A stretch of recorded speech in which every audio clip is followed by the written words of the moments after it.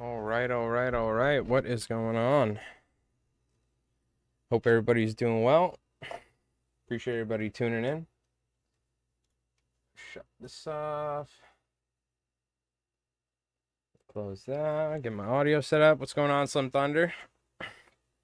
Hope everyone's doing well. Oh, you know what? Hold on 1 second. I gotta go grab something from downstairs. Hold on, let me put the music back on. 1 second.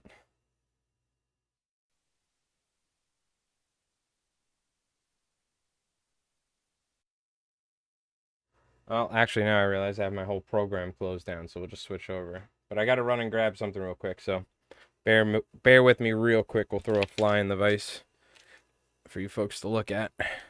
Hope everybody's doing well. We're going to be doing some fly tying here. Just give me 1 second. I forgot something downstairs, some super glue and whatnot. Right? Yes.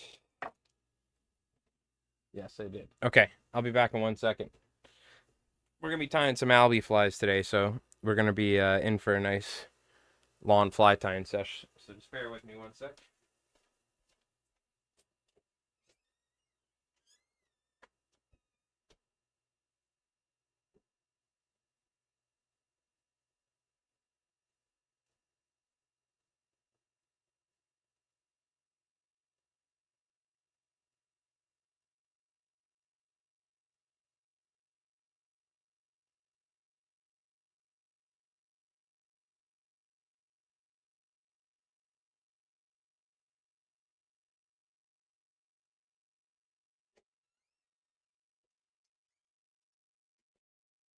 All right. We got some fly tying to do. I am working on some stuff for Saltwater Edge in Rhode Island, but today we're just going to be tying some flies for the good old fly box because I found my other super glue. I don't know where the other one is though. I feel like maybe I was gluing Warhammer bits together with it or something. Oh, there it is. Okay, we're good. We're good. We're gonna be tying some flies for the fly box today. Get set up here. The audio set up. I hope everybody's doing well. Appreciate everybody tuning in. All the folks on Twitch and YouTube. How's everybody doing? How's your week been? Hopefully it's been good. We were clamming. It was raining today for a bit, so we ended up clamming in the rain, but we've just been busy working and stuff. The neighbors are here with their dogs, as you might be able to hear in the background. Let's see. All right. So, I think last time we tied a mix of some different UV resin flies and whatnot. Some Albie flies, if you will. So we're going to continue that. Probably a mix of some UV resin flies and maybe some more traditional stuff not covered in resin, but got suspended for calling your boss an a-hole. Oh, that's good. Oh, God. You just couldn't take it anymore, huh? Or it just came out? Yep. I hear you. Yo, Rev, what's going on? How you doing? What do you got off today or something? Or did it rain for you so you got off? Okay. So, let's get a fresh hook in the vise. I have a size 2 and size 1/0 big games. I think we used the newer style big games last time, which are these slick daddies over here. Let's use one of these. These 1/0 C70 SAPs. They have this, like, what do they call them? The alpha point. It's got a very, very, like, smooth finish to it. It's very slick. So I think it's supposed to be able to have a better hook point that penetrates easier. And it's also supposed to be, it's 4.8 times the world's sharpest points. I feel like they're just putting numbers on there. Ah, you're at work? Okay, gotcha. All right. So let's get some material on here. Let's make sure the camera's looking good. We are tying with pretty small stuff, so we might as well slightly zoom it in so my think I picked the wrong shirt for today, but that's all right. We're going to rock with it. I need like the plainer shirts possible for this camera angle, but all right. So, Albie flies. We tied some Mickelsons last time. We tied one easy body fly. I think we tied some more of those easy body flies because they're a lot of fun to whip up. Now we can use synthetics. We can use naturals. Now, a cool thing is we can incorporate like some feathers and stuff. We can kind of make like a little deceiver and then put this right over top of it. Yo, Ice Reaper, what's going on, man? How you doing? How's your you been playing any Warhammer? How's your Warhammer escapades going? Are you going fishing? Nice. Very cool. Crappie? I always loved the crappie fishing. We don't really have a crappie fishery, if you will. But I always like those little tiny soft plastics and stuff you could use for them. I have caught a couple on the fly. There is some in this one river around here. But there's not many. It's not like you can go out and dedicate yourself to it, but so yeah, let's use some natural materials. Try and paint your Votan. See, I love the painting. The painting is what I enjoy. It's the putting models together that I hate.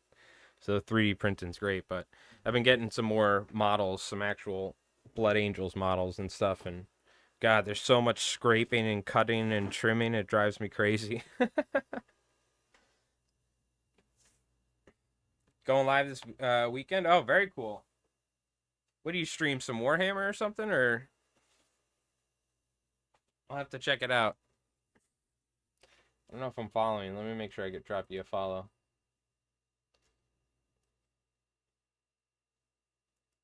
There we go.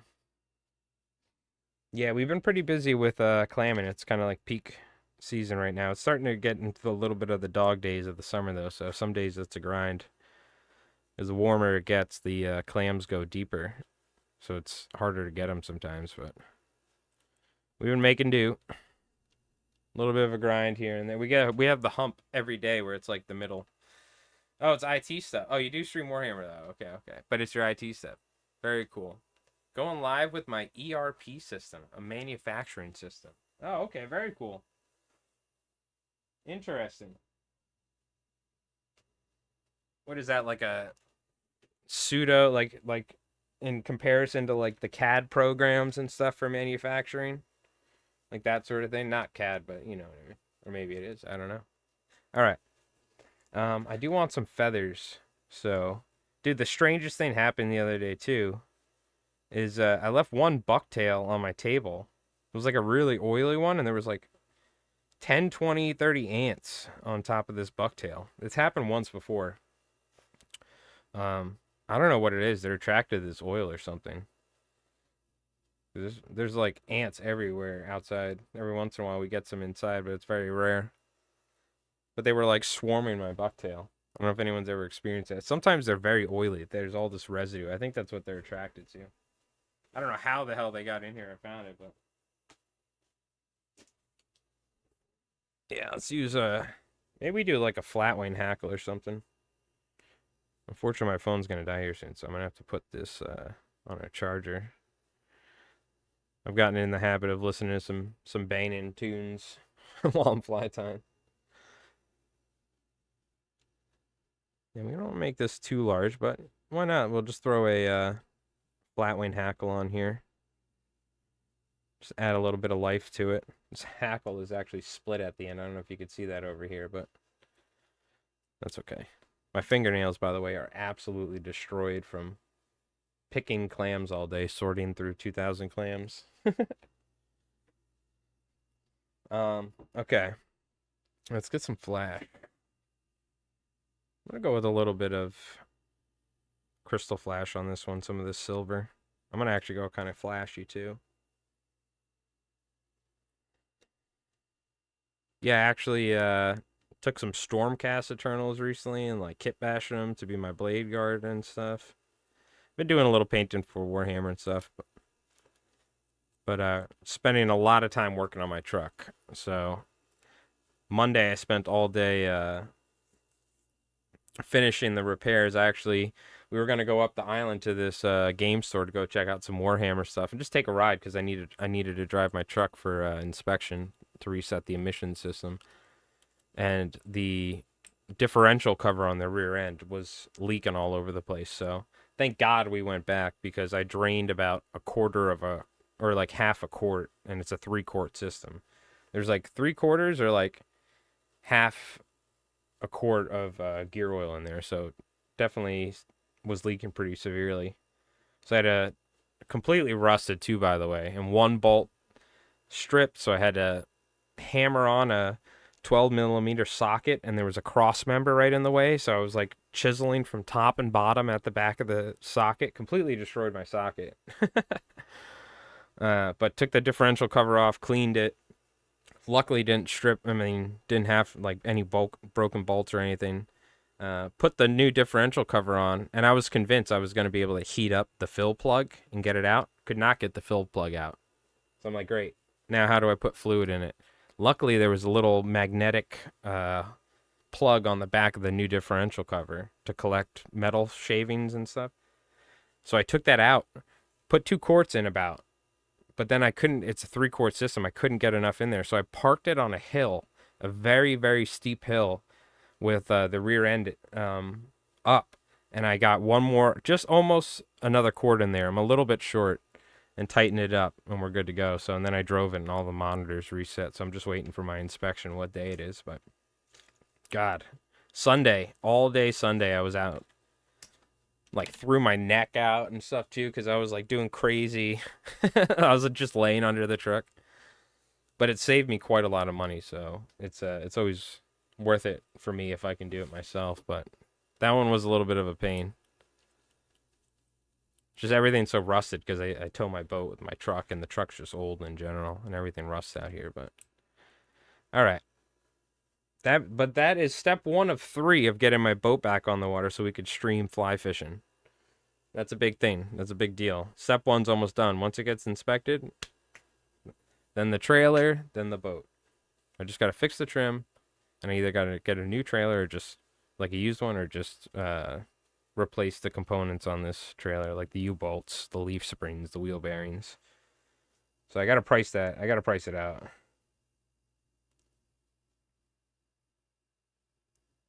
All right. So I was thinking about adding body braid to this, but I don't think I am, because we're just gonna cover an easy body. So there's really no reason to, because it's just gonna be covered. So we're kind of going for like a pseudo flatwing or deceiver here. I think what could be cool though is if we kind of do a little mini bucktail deceiver style and like tie some different colors along the way, and then we'll just cover it in the easy body. You'll see what I'm talking about. Actually, I kind of want something longer because we're going to taper it along the way. I'm going to do pretty light collars though for the whole thing. Buddy just got a 2001 deck boat with a 2-cycle Johnson. Nice. Very cool. Now, describe to me what's a deck boat. You mean that it has a deck? I mean, I've never heard that term deck boat before, so I'm just curious. Is it fiberglass? Is it aluminum or something? Curious.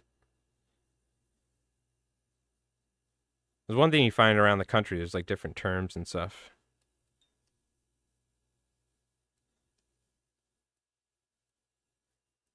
It is fiberglass? Is it like a center console, or like what makes it a quote unquote deck boat? What does that usually mean? You know, like we got center consoles here, we got flats boats, we got bay boats, whatnot. There's skiffs. All right, so we got a little pink on there. And I'm just gonna go through a color gradient. Almost bucktail deceiver. It means a massive deck on top. I honestly don't know. Okay, North Carolina. I'm gonna take a look. A deck boat. Let's take a look. North Carolina deck boat. I'm just gonna look up deck boat.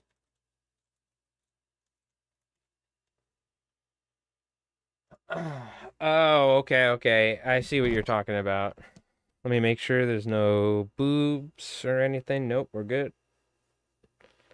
Yeah, you're talking about we call this like a luxury boat almost or something. Like these are like what you go out and go what do you call it? Water skiing with and stuff like that. But those are cool boats. Nothing wrong with that. I they're almost like it's almost like a pontoon boat sort of deal, you know what I mean? With it, but with a fiberglass hull. Yeah, these and like the water ski boats, you know what I mean, which are kind of like this, if you will, because it has the hoop for the water ski. Yeah. It's pretty popular out here. A lot of people that don't fish but have boats have those style of boats specifically for recreational stuff, you know. Hold on, I'm just gonna throw my phone on the charger. Should have charged it beforehand.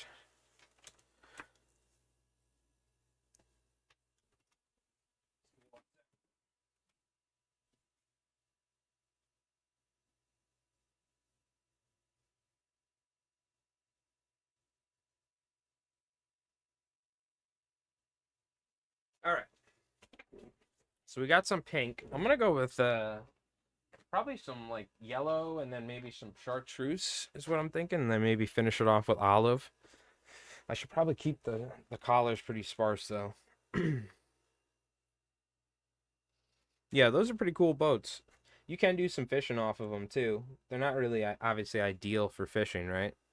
But for going out with your friends or you know whatever, it's a great boat for that sort of thing.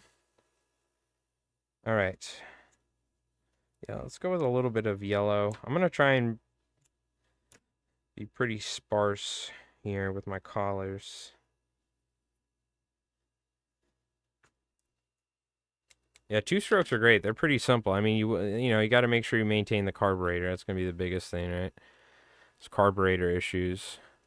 Because carburetors just inherently are finicky, right? Because they don't have a computer system controlling them. But you get that thing running right, it runs good. They do burn a little bit more gas and whatnot, but it is simpler. There's a lot less going on with two strokes.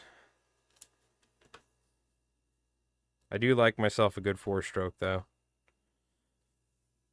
The only downside to four strokes is they are just inherently a lot heavier because of all the equipment and whatnot, and just modern day outboards too. Two strokes are always going to be lighter. But now modern motors, I mean, they're getting weight down on them pretty good. And the horsepower ratio to like, uh, what do you call it? The cubic inch of the motor or the displacement of the motor, they're doing pretty good. Whether it be high compression or whatnot, you know, with fuel injection systems nowadays. So they can get a 115 pretty light nowadays. You know what I mean? Okay. Yeah, we're essentially just tying almost like a flat wing bucktail deceiver here, but you're going to see we're going to do something interesting here at the end. I'll go with a little bit of chartreuse here.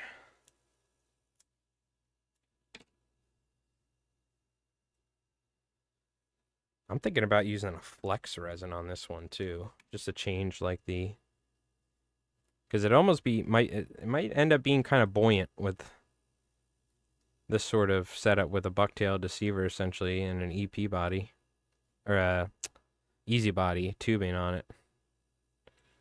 I'm trying to go pretty sparse, right? I mean, in reality, you could just take that and glue it, and that's a surf candy.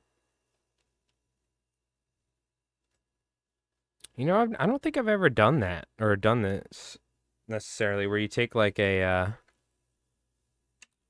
tie a surf candy, but instead of tying it all at the front, you can tie it in bucktail deceiver style, where you have collars going up the hook shank.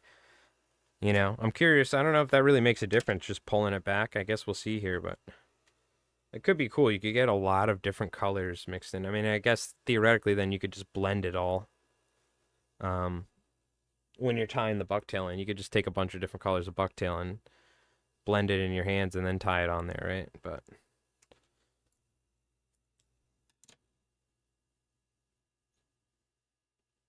Let's see, we'll tie our olive on here. I want to get this clean. This is slipping a little on me. Let me get a fresh cut. Get a fresh cut.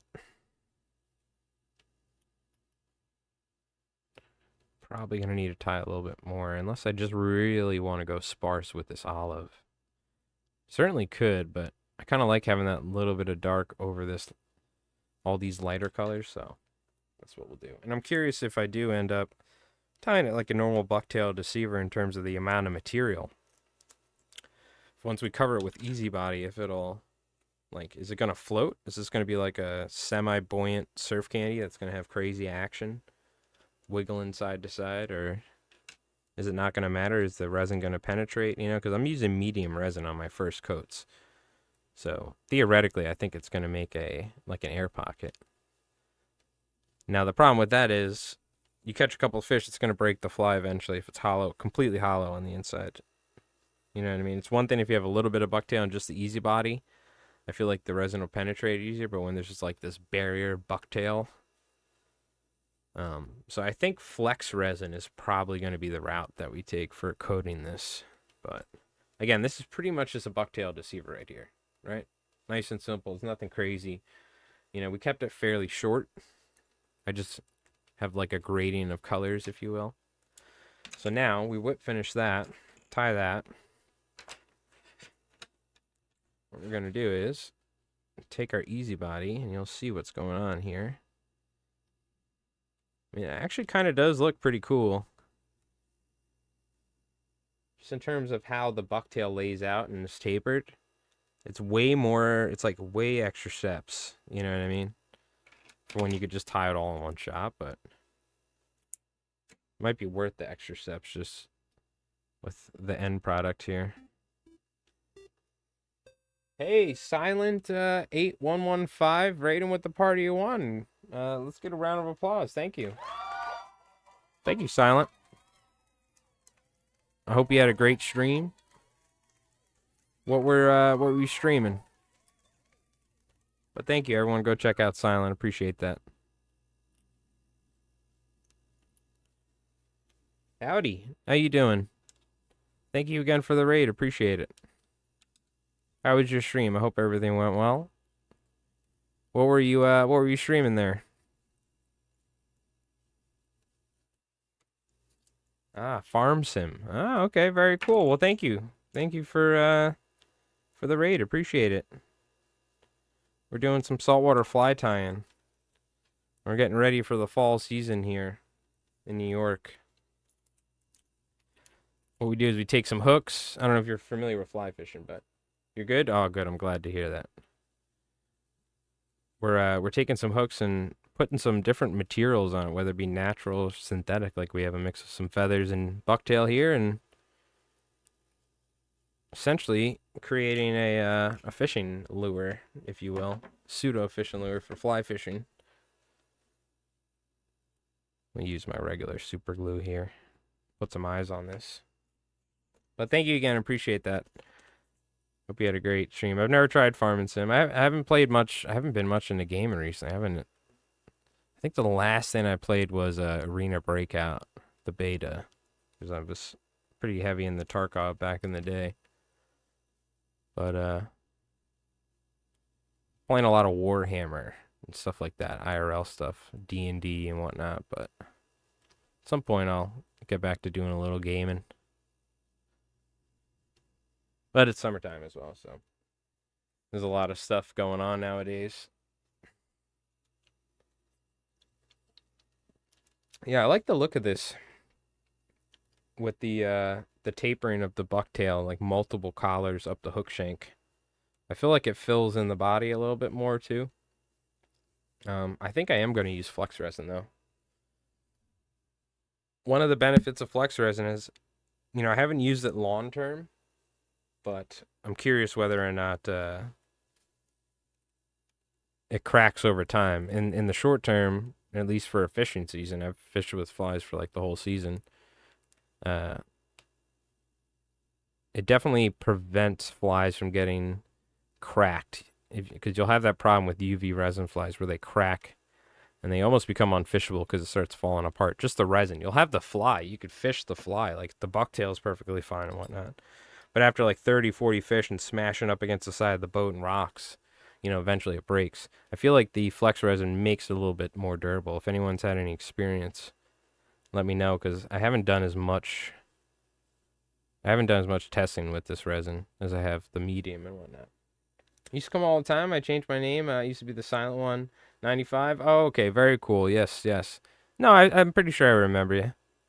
It's, mind you, though, we took somewhat of a hiatus from streaming last year. I was working full time, but we have a little bit more of a flexible work schedule now, so really right now I'm trying to get my my boat back on the water and that going, because that is going to be a lot of fun. It's one of my favorite things to do, is stream off the boat and do some fishing. But thank you again for the raid, Silent. Appreciate it. Feel free to go check out Silent and drop a follow. Thank you again. I'm just going to add a little bit more resin here. I'm going to try and fill out this profile. Probably tie another one of these after this, but we'll stay with white on the bottom and add colors on top. Kind of like a, your good, kind of run-of-the-mill bucktail deceiver when you're not getting artistic. You're, tying all sorts of colors and blending them, and you're just going for the white belly with, like, some pink, some blues, and then finish it off with some olives or something for the last collar on top to give it that dark top. That way we'll have like a white belly underneath the easy body.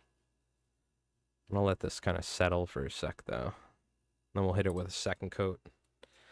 Now, unfortunately, I think if you use flex resin, you kind of have to stick with it, because if you put a hard coating on top, beneath it, whatever, it will crack. So it would be cool if they had like a thinner flex resin and then a thicker flex resin. It had the same flexibility, but like different viscosities for applying it.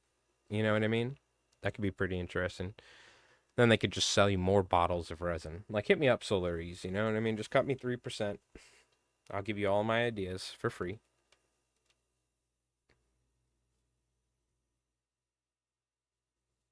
Nice. Yes. Yeah, it's been a while. I mean, we've been streaming for a long time. There's so many awesome people that used to tune into the stream, and just whether over the years or life or whatever, that we don't see them anymore. But it's awesome. Every once in a while, some people pop in that we haven't seen in a while. So we appreciate you tuning in, Silent, or sending the raid over. Have you ever heard of Big Fly Co? Yes, I think I have. Right? Is that a kind of like a commercial fly tying business, if I'm not wrong, or is it like a fly shop or something? Big Y Fly Co? No, I haven't heard that. Yeah. But maybe it is. Maybe I have. I mean, I just didn't realize there was a Y. Yeah. Yeah, I mean, I don't know about them. I remember hearing them or something. If the flies are tied local, or if the flies are tied in the U.S. or by people who like actually fly fish, I'm okay for it. But if they're just importing flies that they had made, or they just bought from like somebody in Kenya or something, then I'm like, yeah, well, who cares?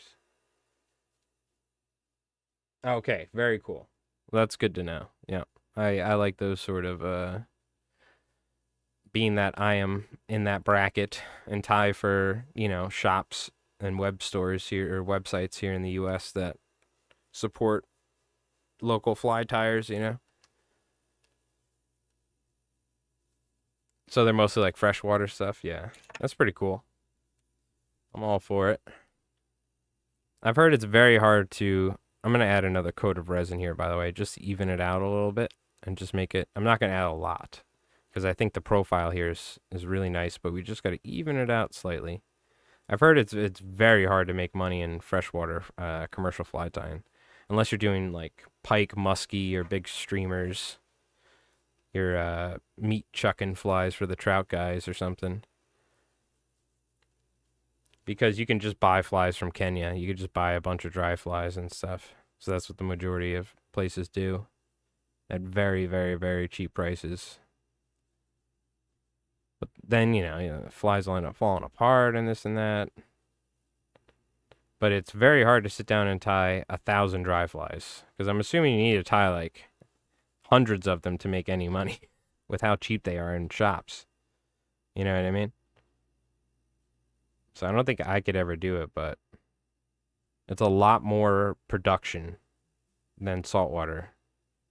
The flies take longer in saltwater, but in freshwater, it's specifically trout flies too, like dry flies or nymphs or something.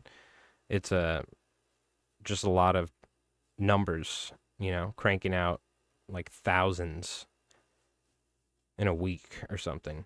You know what I mean? Yeah, I mean that sounds pretty good. It's been a while since I've been into a fly shop that had trout flies, or like been upstate or something. So I don't know what the prices are, but I remember they were like 25 cents or like 5 cents a fly or something, or like it was so cheap, right?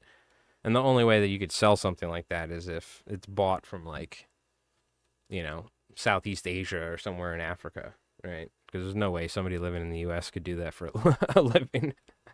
What are they selling them for, like a cent or something? You know what I mean? But I think nowadays 90 cents sounds reasonable for a dry fly. You know what I mean? For the amount of time somebody takes.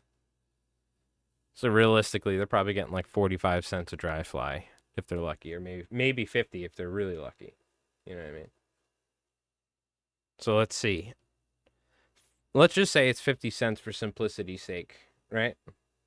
Even though it's not going to be 50 cents. But let's just say it is. So for easier math. 2 dry flies is $1, right? So you need to tie what? A minimum, you got to tie 200 dry flies to make $100. Sounds pretty easy, but like when you're sitting down and doing that all day, every day. And realistically, you need more than $100, right? For a day's work. So it's definitely stuff you probably do on the side, but if you're doing it full time, I'm assuming you're trying to tie like at least 400 or 500 dry flies a day or something, right? To like realistically survive, unless you live somewhere that's really cheap. I'm thinking about like New York. If you're not making like almost $200 a day, like good luck. Yeah, they have saltwater now too. Fiddler crab ones, cool. Well, don't promote them too much, all right? Because I don't tie for them. All right, and then their competition. If they're tying saltwater, in fact, what's the name? We got to ban the name. What is it? Hold on. Oh, God. All right. This looks pretty nice, though. I like this. It's not even really that flexible, but I think it's just the flex resin is pretty durable when it comes to any compression or something like that. You know what I mean? Now, I have places that I tie for. In fact, I'm not taking on any more commercial fly time. We have saltwateredge.com that I'm tying for, again. Saltwaterflies.com, and then, or Saltwater Edge was also a place, but it also is a website, and then Whitewater Outfitters, which is also whitewateroutfitters.com. If anything, I'm trying to do more private fly tying to make more money and stuff. And somebody reached out to me. I need to take a little bit more of a look, but there's like a new website or something that they started where fly tyers can post their flies, and it's just a small commission or something like that for the website. And that cuts down the operational cost of running a website, which I've had. Used to be like, started out with Wix, it was like $200 a month, and it ended up being like $600 a month after inflation and just them raising the prices over years. I was like, I'm not doing this, bro. This is not worth it. I got an Instagram, you know what I mean? So, but I am curious about that. I am tempted to, but I do take private orders and stuff from people on social media and whatnot, so I usually am pretty busy with stuff, but I wouldn't mind slightly branching out but not having the overhead of running an entire website. You know what I mean? Definitely gets costly. And that's going with a very easy route. At first they start you with like, oh yeah, it's be like $150 a month and you're good to go for like 2 years. And then after that, it's like boom, boom, boom, boom, boom. It starts going up in price. So the other option is to like pay a graphic designer and somebody that builds websites and runs websites. Like I've worked, shops and mechanic places, they have that, right? That is extremely expensive, but it's much more professional in the end. But If you find somebody that's good and not somebody that's like building you a website, it looks like it's 1995, Windows 95 internet or something. You host a website for our company, it's a pain. Yeah, I could bet. Then you got to deal with the issues and stuff. So if you can off put that onto somebody else and just a very small commission or fee to sell flies on there, that's a little bit more of an idea. So I got to look into it. Hey Gabe, how you doing? All right, let's try this again, but this time we're going to be doing white on the belly. So you know what? Let me just, before I get resin everywhere, I'm just going to hit this with a light. Kind of lock this down. How's your lure fishing and bucktail making escapades going, Gabe? You been making any like pencil poppers or divers or something? I'm curious. I definitely want to see in the Discord what you do with the woodworking tools, because that looks like you got a nice set, like a very cool set, proper set for making something. All right. Tie it a little bit longer. We're just going to go bucktail with this one. Au natural.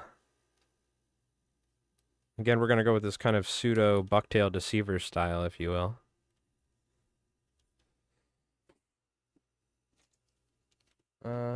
For the flash, what do we want to use? Let me go for something. Yeah, I have so much of this silver flash. I bought a Hank, which is the appropriate terminology of a giant wad of flash, and bought from like the manufacturer for like $50, and I'll never need to buy silver Flashaboo again. It's like a holographic silver Flashaboo. I should have never bought it. It was so much. I didn't realize how much it was going to be. I almost felt bad afterwards. I have like so much of it. I'm like, what am I gonna? I don't even use silver Flashaboo this much. I wanted pearl. That's what I needed. But I have enough for the rest of my lifetime. I gave people like a pound of Flashaboo too. Your own flag tail teaser business. All right. Very cool, Gabe. Congrats. That is, you want to talk about speed tying, screw dry flies. We're talking about plug tag teasers. So essentially you take a big Siwash hook with an open eye and you tie some bucktail on there, some flash, a little bit of red, bada bing, bada boom, ship it. And then you do 1,000 of those. You know what I mean? What happens is people take their hooks off plugs and you put that on the back, and it has a little bit of bucktail that dangles off the back of these expensive plugs and stuff. So because the hooks rust out and whatnot. So it's a pretty popular thing up here for striper fishing. In case anyone has never heard of what do you call it? The flag tail teasers, or the tail trailer hook, they call it. All right. I have to throw something educational in there every once in a while. Otherwise, it's just me rambling. Let's go with a little bit of white for the belly here. And I was kind of pleasantly, not presently, I am present, but I was kind of pleasantly surprised with how this pseudo bucktail deceiver easy body candy came out. It actually came out pretty good. I do like the look of it. Definitely has a little bit of a fuller body, but it's not like all over the place, because that easy body kind of keeps it in there, you know what I mean? Let's be honest, a lot of times you're almost always stripping the fly when you're albie fishing. Now, I used to strip it like a madman, but nowadays I strip it a little bit slower, you know what I mean? Did I see your message? No, let me go. Oh, do you think deer hair scent helps? No, I don't think that matters. Maybe I'm wrong, but I've had very smelly bucktails and very clean bucktails. I think if there's the one thing that you gotta think about is if it really smells like soap, like you gotta not use a very strong scent detergent or soap when they clean it after to get the grease off, so you don't have ants trying to eat your bucktails. You know what I mean? But for the most part, I don't think it matters. It just ends up washing off. Now, if you like actively take your fly, dip it in green crab juice, and then chuck it around rocks, that will make a difference. They do pick up scent and stuff like that. but they're not like a blackfish or something like a tautog that like really, or like a shark, for instance, that really uses their taste a lot of times. Like striped bass use their eyes, but they also use their lateral line to pick up vibrations and stuff like that. But they are pretty visual feeding fish as well. They do use their eyes. Scent does make a difference, but I don't think, the one thing I've thought about, this is pretty relevant, is over the years, is I try not to do something with a Sharpie and then immediately go fishing with it, because Sharpies have such a strong smell. If you've ever taken a Sharpie and hit bucktail with it, or hit like foam for a crease fly, it has a very, very strong smell. So I'm always curious, like, and once you fish it, the smell isn't really there. So I think it probably just washes off or whatever, right? But that is one thing that I've thought about over the years. So I always try and, if I'm gonna do something with a Sharpie and I'm going I know I'm going fishing or whatever, I'm like, okay, I'll take this one tomorrow or something, because that is in the back of my mind. I'm thinking this Sharpie smell is gonna mess with a striped bass. In reality, I mean, it probably doesn't matter. It's probably us just thinking about it. But yeah, that's a good question. Does anyone have any experience with striped bass and like using scents and stuff?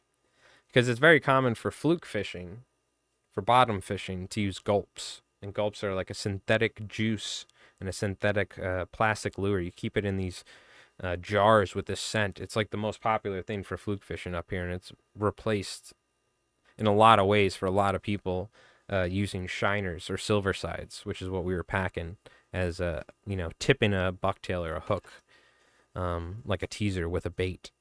Now they just use the gulps, and then after you're done fishing, you throw it back into the pot, back into the what do you call it, the jar with the fluid. So yeah, I'm curious about that. Now, when I also say these things, it's also for the people that watch the YouTube VOD. It's essentially just a YouTube video. It might just pop in the recommended. So if you have any experience with striped bass and you feel like maybe like a strong scent on your fly or plug, put them off or turn them on. Like, I don't know. I'm curious. I don't think they're as scent based when it comes to their predatory stuff, though. Sharks, on the other hand, I tell you, they will literally take a fly, chew on it, spit it out, chew on it, spit it out, chew on it, spit it out. You know what I mean? Like, sharks very much so use taste. They come up, take exploratory bites. That's why, when people get bit and stuff like that, it's most of the time just some exploratory sort of bite. You know what I mean? There's obviously certain circumstances, but if you ever see like a diver and they're just hanging out and the shark's kind of swimming up, to them, their pectoral fins are slightly down or whatever, but not too much. It's like almost like a semi-aggressive stance, and they just come up and they're like, oh, look at this. And it just comes up and slowly opens its mouth and bites them on the shoulder or something. They're just taking like a little exploratory thing. Striped bass, generally they see something, they go for it. You know what I mean? And they'll be like psh, psh, thrashing all over the place trying to get this thing on the surface like a baby fluke or something. But there are times, who knows, that there may be like somebody cut a trench to get steamers. Maybe they smell the steamers and I know a striped bass can grab a steamer clam, because I can break a clam, a steamer, piss clam they're also called, with your fingers. You can grab the clam and just poke your fingers through it. Not very hard. It's very easy, especially smaller ones. So, for instance, a striped bass or something, I'm sure they can, after we've cut a trench, they come up and they just like suck up the clams and crush them because they could just smell it. It has like a distinct smell to it. But someone told me in the past, some old guy, very nice guy, by the way, but, like an old timer sort of story, is that striped bass, why they love clams as bait, is in the surf, clams get washed up, and you'll see it. Clams kind of get churned up. There are surf clams. And striped bass, they'll go and they'll just grab a clam, and just the force of their jaws and whatnot, they can kind of, the pressure in there, they can kind of just crush the clam and just get the meat out of it. I'm not certain if that's actually true or not. It's never been actually, I've never like validated that or like, made sure that that was actually a thing. And I don't know. So I'm like very curious about that. That's something we should explore one day, or I'll just try and find and post it in the Discord. But if anyone has seen like a striped bass eat clams before or something, leave a comment down below for sure, because I'm very curious about that. because we have a very certain sort of style of clamming that we do here. This isn't for regular clams. This is for soft clams, like razors and steamers. You take wood, you build a rack, you put a small two-stroke motor outboard on there, and you cut trenches, and you then just pick up the clams. It's only a couple places here on Long Island can do it in this because they were grandfathered in from like the 1500s from the King of England. It's like some crazy loophole thing, but a lot of places don't like it. But honestly, I've spent my entire life out here. They've been doing it forever, and this is the healthiest bay in the whole, the entirety of Long Island. So, but I know for a fact like striped bass are eating razor clams during the spring when they razor clam, and very select few people, but I'm sure they're eating steamers as well because there are some people that do that, dig up steamer clams, and you don't get them all every time, and you come back the next day and they're all eaten. A lot of the times, what it is, crabs, blue claw crabs. You'll find them like they'll grab the clam and like run away with it. It's crazy, but you'll find like essentially like it looks like a crab just kind of went in from the top and ripped all the meat out with their claws. You know what I mean? But I'm curious if they're striped bass. Like I found some where they were completely sucked clean. So I'm curious if they can just crush it, and just swallow the whole thing and spit out the shell. I feel like they could do that. You know how certain reef fish can eat like coral and stuff, or certain shellfish and spit out the shell and stuff. If you've ever seen a blackfish eat crabs and stuff like that. So, yeah, that'd be cool. You tie a fly that looks like a steamer clam and go fishing in the trenches in Long Island. That'd be a wild one. We're on a crazy clam bite. Old Billy Bob was cutting trenches the other day. Let's go hit the clam bite.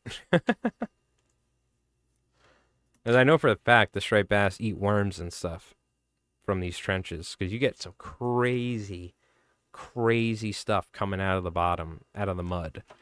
You get like mantis shrimp type things. These probably, I don't know, 10-foot long, like 2-inch wide worms, like crazy looking stuff. They look like tapeworms on steroids from like hell or something. Crazy looking. Giant bloodworms, just bloodworms everywhere. Bloodworms everywhere. So what the bass do is they just go in the wash of these trenches and of the motors, and they just, you're shaking it and you got worms flying all over the place and stuff like that. I've seen a striper digging its nose into the sand for clams. Really? You've seen that? Interesting. Yeah, I'm sure they do that probably as well for crabs, because crabs will hide from striped bass and they bury, right? I've seen that before. I've seen a striped bass go for a crab, and the crab sped away really quick and like got an escape and like dug into the ground and hid there. But I think I would almost 100% bet you're right. I think with the right circumstances, they're eating clams too. Because there's also seed, right? There's neck seed, like small clams. A lot of times those would be higher up because they haven't buried as much. A bloodworm fly? We could tie a bloodworm fly, Sevens. How you doing? Yeah, we've tied all sorts of different worm flies. We usually tie cinderworm flies. But it could be cool to tie specifically like a lawn or bloodworm fly, right? It wouldn't be very hard. We could just use some hackles, some bucktails and stuff. But yeah, essentially like a reddish black flat wing sort of fly, because you want as much movement. What they do is they're just constantly moving in the water like that. So you kind of just want to drift it. You don't even want to strip it, move it. Oh yeah. Well, have you think of the common bait, right? For striped bass and a lot of other fish on the East Coast is bloodworms. People go out, they specifically dig up bloodworms. And when you get them, they're in a box with seaweed, and there's just like a bunch of bloodworms. You gotta be careful; they have crazy teeth and stuff like that. They'll actually bite you. So what we do is we take bloodworms live. You get them in a box; they're live. You cut them into pieces, poor things, but that's the way it is. And they'll wiggle in and whatnot, and you put them on the hook. And we'd fish at night like that, and we'd catch striped bass on bloodworms. That or clams. Bloodworms were always more expensive. If you were like splurging, and my dad was like, "All right, yeah, we could spend a little bit more money," we'd get bloodworms. But if you were, you were going for the cheaper option, you'd get frozen clams, and you would fish with the clams, which are not chowders or anything. They called it chowders, but it wasn't. It turns out all that stuff is actually God, what's the name of those clams? Oh God, I'm blanking on the name. There's a very specific clam that's wider that they use for bait. Because they actually, what they do is with chowders is they actually sell them for food. They don't sell them for bait. God, I'll try and remember the name of it. It's a very specific name, and they kind of have a reddish blackish color. They dig very, very quick. What the hell is the name of those things? Skimmers. Skimmers. That's what it is. It's called a skimmer clam. I'll show you. That's actually what clam bait is when you get clam bait.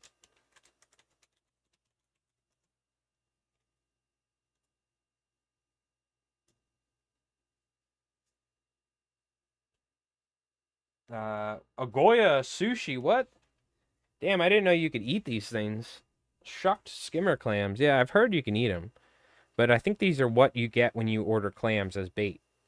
This is what this is. It's called a skimmer. This is what it looks like. They're very cool. You'll pick one up. You could dig one up with your hand. You could put it on the sand. And this is like wet sand, right? Somewhere out in the middle of the bay on a flat or something. And you'll see them dig themselves in within a matter of like 10 to 15 seconds. They'll be completely under the sand. They're very fast moving. But yeah, they kind of look like this with like a reddish, darkish color. This is what it looks like when it's dead, right? When it's live, it looks more like this or like a darker color. Or at least the ones around us. You know what I mean? I've heard you can eat them, but I don't think you really eat them. But just a reference. This stuff I learned as I became a commercial shell fisherman.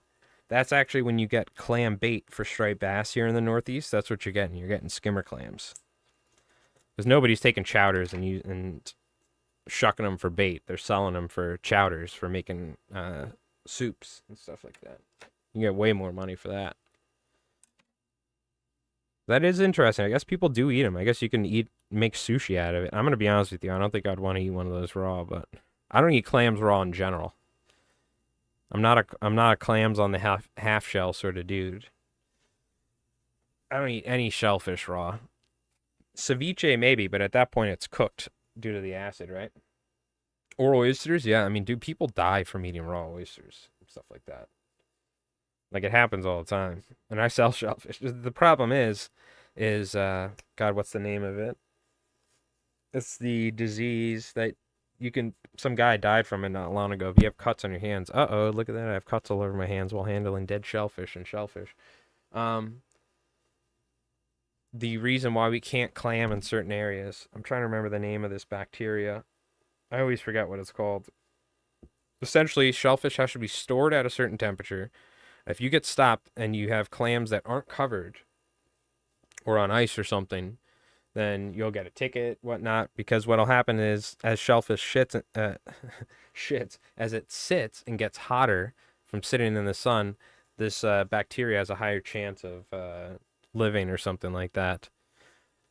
I forgot the name of it, but it's very, very, very strict, the regulation of shellfish here in New York and other places as well. So if there's over 3 inches of rain, they shut down shellfishing because all of the sewage and all of the nitrogen from all the Scott's lawn care that people dump all over their green grass pours into the bay, into the sewage, sewers, and the sewers dump out into the bay. All of this nitrogen and all this sewage and all this terrible, there's like motor oil from the road and gear oil from people's trucks, goes out into the bay. So they wait a couple days for the shellfish to filter it, so it's not in their systems and whatnot.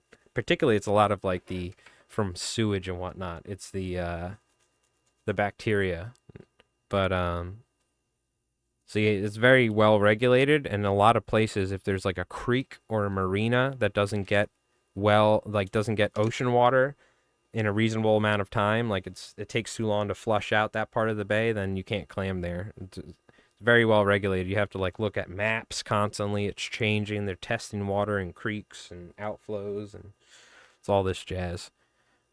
You got to be careful because you can literally die from some of these shellfish-borne diseases. So it's depends on like the person who's harvesting the fish, shellfish, making sure they're harvesting in the appropriate area, because there will be people that like go to like places they're not supposed to go, like Nisqually River or something, get oysters.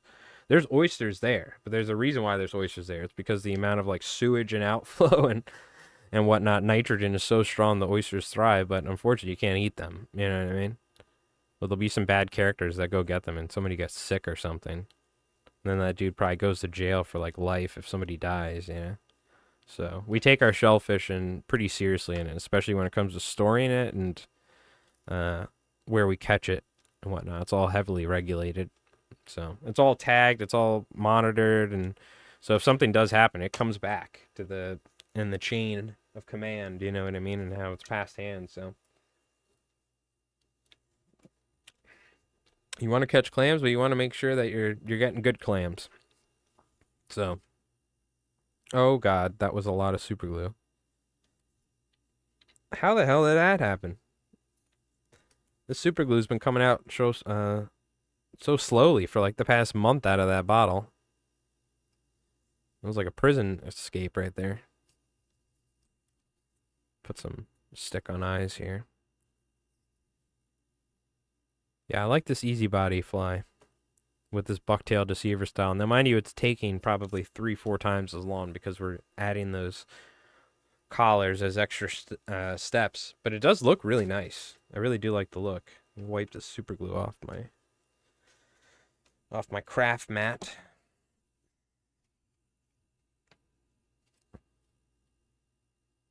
Just push those eyes in. The other benefit of using the super glue is those eyes will kind of conform to the body as well. I am really I really do like eating clams though. Little neck and whatnot, especially with like garlic and butter. Oh, like in pasta. Oof, so good. We gotta be careful though. I've only eaten cereal after I got back from work, so I haven't eaten like a proper meal. We can't talk too much about linguine and clams and garlic. Oh, well, happy preemptive birthday, Gabe. I hope you have an awesome birthday. Hopefully you get that 8 weight. But congratulations on another year. Enjoy it. Have fun, my friend. All right. Yeah, happy birthday. Put some happy birthdays, preemptive happy birthdays in the chat for Gabe. Let's move this resin around. Go ahead and coat this. The flex resin definitely is pretty viscous. It doesn't spread out evenly as, you know, in a short amount of time. You kind of have to wait a little bit. So there's a little bit of a waiting game. You evenly spread it as best as you can and then kind of hang out. It also could be that this bottle is kind of old. So this bottle, like a year or two old, you know what I mean? It's been open. So it could just be that the resin's kind of getting a little thicker. Jane Asted? I don't know if I pronounced that right, or Lock Nice. Oh, thank you. I appreciate that. How you doing? I hope you're doing well. Hope you're having a nice day. Best oyster is on the grill with a little bit of butter, hot sauce on a cracker. Ooh. You know, I've never had oysters. Maybe, I want to say maybe fried oysters. I think I would be okay with them fried. You know what I mean? Mussels, I love. Mussels are one of my favorite shellfish. I went to France a couple times, and we traveled down to Normandy and Brittany on the coast, and there was just mussels and French fries. You get a giant bowl of mussels and French fries, so good. Clams, I love. Scallops are okay. I like them more fried, but scallops are very good. We have a pretty nice scallop market out here. But oysters, I don't know if I've ever even had an oyster, to be honest with you. I think they're the coolest shellfish, in my opinion. I really like oysters, how they grow in clusters and whatnot, and they're one of the most impressive filter feeders. I think like an oyster filters like 100 or like 1,000 gallons of seawater a day, like one oyster. So like literally just having a healthy oyster population can mean that the bay is healthy in itself because they'll literally clean the water. You know what I mean? But then you're also like, okay, shellfish, right? They're literally filters. So you're eating filter feeders. What are they filtering out? You know what I mean? So yeah, you definitely want to cook them. But yeah, oysters are really cool. They're one of my favorite animals in the shellfish. I'll say in particular, but very very cool creatures. I always love finding oysters and whatnot. I don't eat them. I don't sell them. You can sell them; they're good money, but you need to find like a good enough, patch of oysters and whatnot if you want to dive for them. So I just kind of enjoy finding them, and picking them up along the way, or like and then putting them back where they were, checking out how the clusters growing and whatnot. Because really, it's more worth it to have those oysters alive than it is to like harvest, $100 worth to make a little bit of money. Those like 100, 200 oysters or whatever it is, 50 to 100 oysters, I forgot the price of them, are going to clean so much water on that area of the bay. So I will say though, we've went over this before. A steady amount of nitrogen, i.e. sewage pipes, isn't necessarily bad. It's generally the best clamming. If you have a steady amount of nitrogen, then the clams will do all right because they constantly have food source. So like up in Connecticut and other places, if there's like sewage pipes that come out, there's going to be a million oysters growing around that thing, the biggest oysters possible, because they have a steady amount of nitrogen coming through. I don't know if you want to eat them. You know what I mean? The problem a lot of times is when there's a giant dump of nitrogen from rainfall putting sewage and top-fed fertilizer for people's green grass. It goes into the bay. You get a crazy amount of nitrogen. And what happens is you get this green algae, which is good algae. That's what things eat and whatnot. But it blooms, and what happens is it grows to astronomical numbers in the bay, and then it dies because there's not enough food to sustain it because it multiplies like crazy. So when that dies, there's also another algae called red algae, which is far more resilient to low oxygen and whatnot. And what happens, the green algae dies, falls to the bottom, becomes anaerobic, starts rotting, right? And what that does is that eats up the oxygen, as well as the fact that the red algae is able to survive and then multiply, and cuts off the light and the oxygen as well, and sucks up all the oxygen. So you get these anaerobic states in the water where there's no oxygen and things just die. It's called like a red tide or something like that. Luckily, we don't really get that often, but in other parts of Long Island where there's not as good water flow to the bay and there's so much there's so many houses all around the water and stuff like that, that all this pollution gets dumped into the bay whenever it rains, and it causes these algae blooms. And like you can't even go swimming. You'll get like rashes on your skin and stuff like that. So we're very lucky where I am that our bay is very healthy. But it's because it's slowly getting more industrialized and like built up out here with more condos and houses, but it's not as bad as other places. Eventually it may get to that point though. It's like every single piece of waterfront area is completely built up, and everybody has green lawns, there's no trees, and every time it rains, you can't go swimming for a week. You know what I mean? Because it's all sewage and red algae, anaerobic water. So we're pretty lucky, God bless, that our bay is in a very healthy state. And it's not fully like that in all places on Long Island, but certain places, right? Like the Great South Bay used to be like the #1 hard clamming place in like the world. Like everybody and their mother was hard clamming professionally for a living and getting along relatively okay, as clammers do, but there was enough clams to go. And then the quality of the water went down and this and that, and the shellfishing industry got just decimated because the clams all essentially can't survive. You don't have the numbers like you did. But anyways, it's quite interesting. We got our 2 coats though on here. This looks awesome.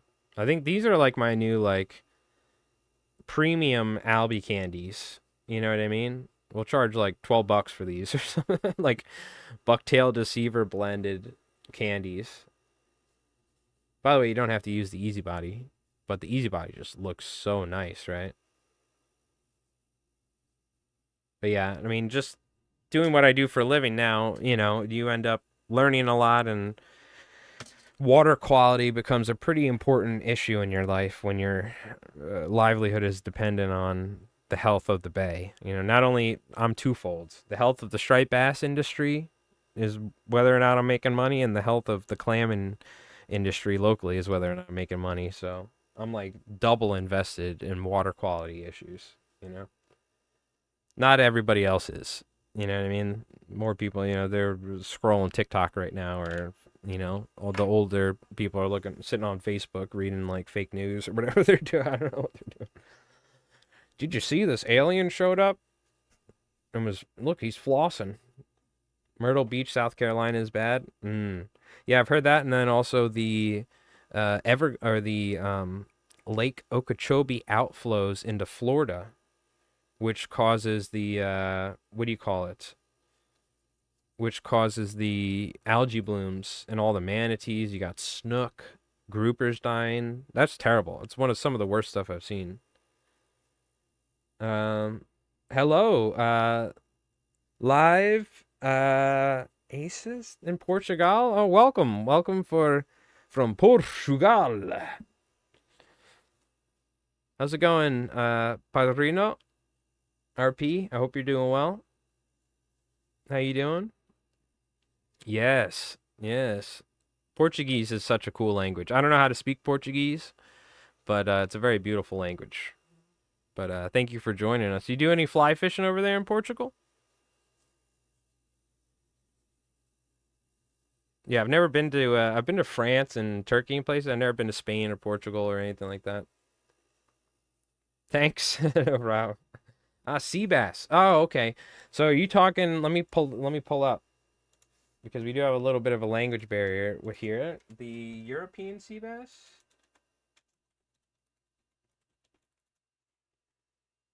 You're talking about these, right? One of these bad boys. These are very similar to the fish that we catch here in the United States called striped bass. But some of our viewers, like Doc in Ireland, fishes for these. Yes, yeah, okay. Very cool. Yeah, so I'll show you that.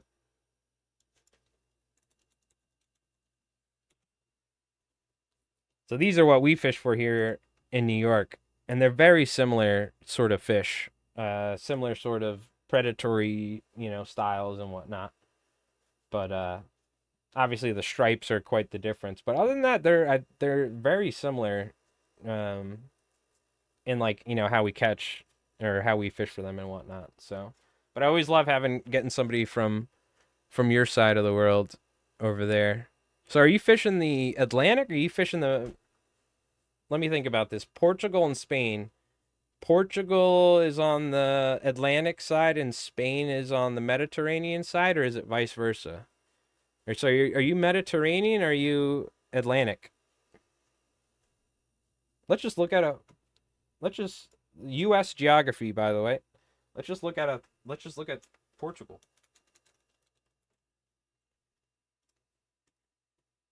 Ah, so you're on the Atlantic side. Gotcha. Little geography class for you, chat. Right?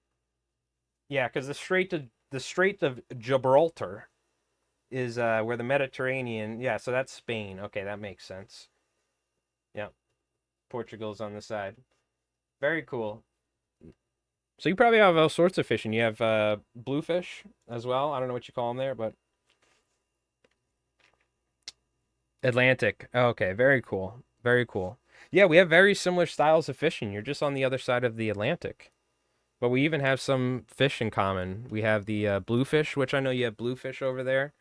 I don't know what they're called where you are. I know in Australia they call them tailors, which I never found out until not too long ago from Australis Fishing, friend of the channel. All right. I think we are going to take a quick little break because I've been drinking some White Claws and I need to use the restroom.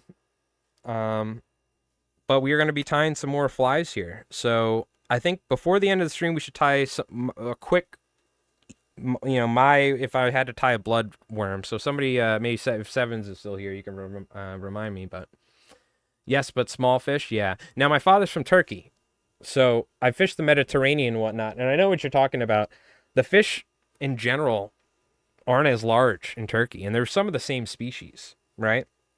But I think there's so much. I don't know if they've just overfished over the years, particularly in Turkey, because when my dad was growing up in the Mediterranean, he was catching big fish, like big bluefish and stuff like that. Nowadays, all the bluefish are like that big. That's like the biggest thing. You see everybody's fishing like sabiki rig style stuff, where it's all like they're catching like sardines and stuff like that. You know what I'm talking about? That's how it is in Turkey. Everybody's hand line fishing. I'm like, where's all the big fish, bro? We're catching bait. What is this? You know what I mean? So the sea bass are really cool. Like that's a decent fish you can target. You know what I mean? But it was so funny. In Turkey, it was nothing but like everybody was just catching sardines. I'm like, where's the striped bass sort of fish, you know? And if you go out in the Mediterranean, you go out in a boat, you can find tuna, you can find probably wahoo and like all sorts of crazy stuff because the Mediterranean is pretty wild. There's a lot of stuff out there. But fishing from shore in like Istanbul or like in a city or in a port town, you know, all we would ever fish for is like tiny stuff. And I brought fishing rods and lures and I was fishing plugs, I was fishing jigs. And there wasn't any bigger fish. You have to go like offshore. You know what I mean? Montenegro? Okay. Yeah, I'm not 100% familiar with Portugal and Spain and that area of the world, but it's beautiful. I know that. It's very cool. All right, we're going to take a quick little break. We're going to tie some more flies here. We whipped up a couple easy body flies, which, by the way, I really like this fly. It's kind of a really, like, just look at how that, with the easy body, let's get a zoom in here. See how close we can get. Just with the easy body, like, the way the blend of the colors kind of looks underneath that easy body looks so nice. And then you have all these colors, like, blended in on the tail. You know what I mean? And this is obviously going to be kind of compressed down like this when it's in the water. But I really like these. So in fact, I think we might tie some more of these. We're kind of just vibing right now. All right. For anyone new here, we're going to play our Albie video. For the rest of you folks, you've seen it a million times. Every time, because I watch this when I go take a break too. We hit the hookah lounge as well. Spark up real quick. I get so excited thinking about Albie season every time we watch. I've been watching this video for years with some of you folks that have been subscribed to the channel or watching my live streams for years. We probably need to make another highlight, but it is a banger and it's a classic. So it's currently though the only reason, other than the marble races, it's currently the only reason I still have an Epidemic Sound subscription. So I should probably start making some of my own music and working on some new Albie highlights or something. But all right. We'll be back in just a moment. Appreciate everybody tuning in on Twitch and YouTube. We'll play our Albie highlight. We're going to be tying some more fall time flies here when I get back, all right? Yo, Doc, what's going on, man?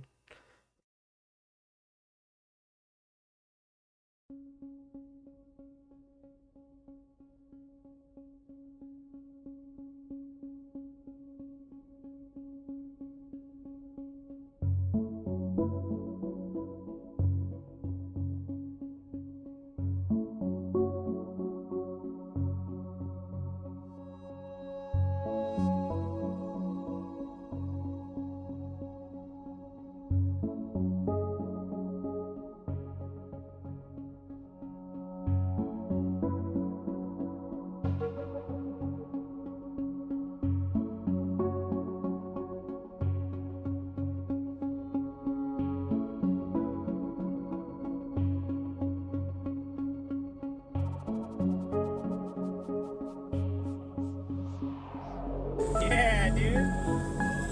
Yeah, dude. Stay tight, all right?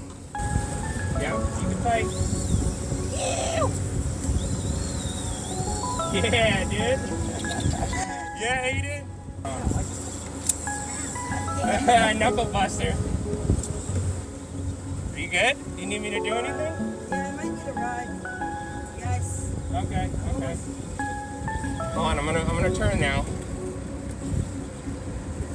I'm gonna try and get on the bow. Yeah, get on the bow. All right, you're doing good. Keep doing your thing. I'm gonna move us away.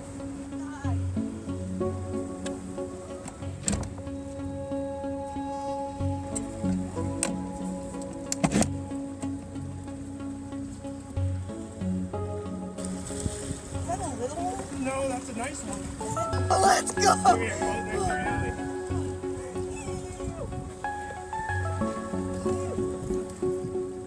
Good job. That's sick.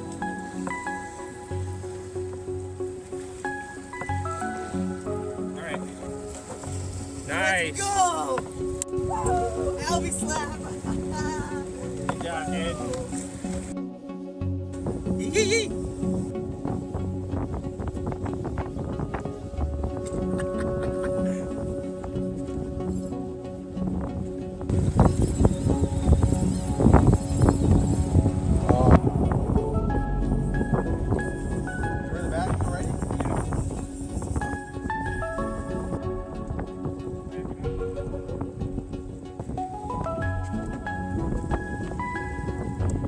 Looking down the barrel of a 12 gauge little toonie, bro. On the Albie door too.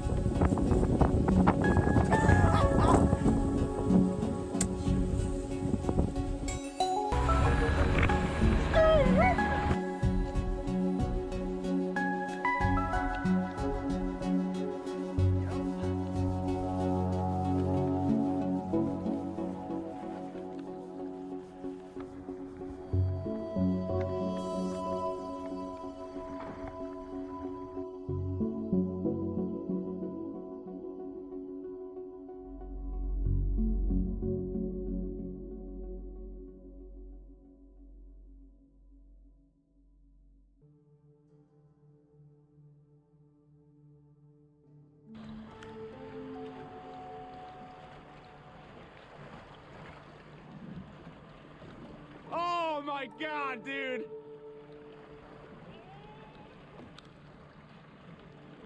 What the fuck?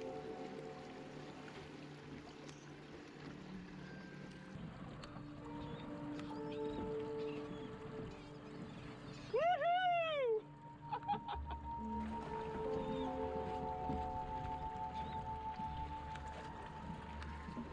Oh my God!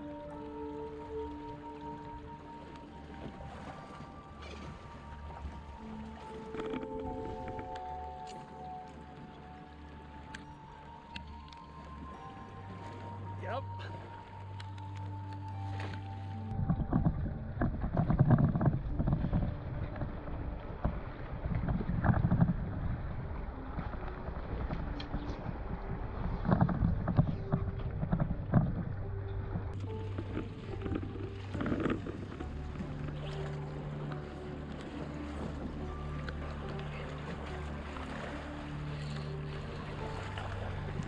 Oh my God!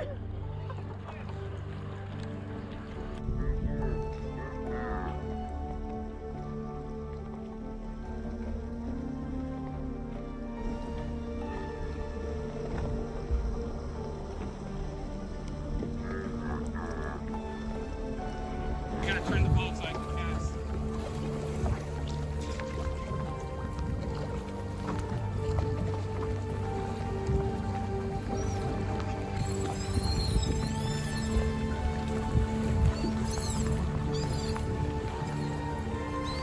Oh my God, dude!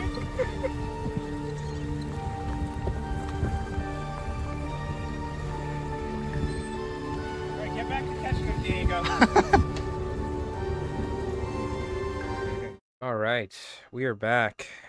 Man, that's slow. It's with my buddy Jeff. He's on the boat. The second part of the video where it starts out with him. He catches the one fish, and afterwards the music starts getting really into it. Doom, doom, doom, doom, doom. And then you see those albies just thrashing like whoosh, whoosh, in slow motion. It's some of the coolest footage anyone's, I think, ever gotten an albies. There's better footage, but in my opinion, completely biased, I think it's some of the coolest albie footage. It gets me excited for albie season every time we watch it. And we've watched it hundreds, I have at least hundreds, into the hundreds over the years, but it's a banger, a little bit of a banger. Might need to get some more into the rotation, but you know. All right, we're gonna continue tying some cool albie flies. And I got some music now too, so I'm jamming. All right. Let's see. We got 1/0, yada yada. Let's tie a smaller version. I had some little size 2/0 or size 2s. We've been tying 1/0. That's kind of my go-to albie size is a 1/0 hook. A lot of times people like going smaller. I like having a larger hook so I can really wrench on them. And I've never not hooked albies because I'm using a 1/0 as opposed to a size 4 or something. You know what I mean? So when other people are fishing small stuff around me, sometimes going a little bit larger helps too because it kind of sticks out, a big pink and white surf candy compared to a bunch of really small anchovies. I mean, just look at the people fishing with these giant sluggos and stuff without any weights for albies. Or stuff like those albie snacks or whatnot, right?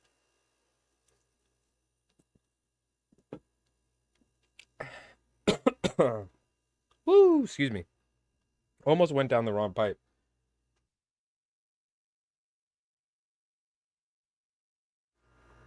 Make sure I'm not burping on the microphone.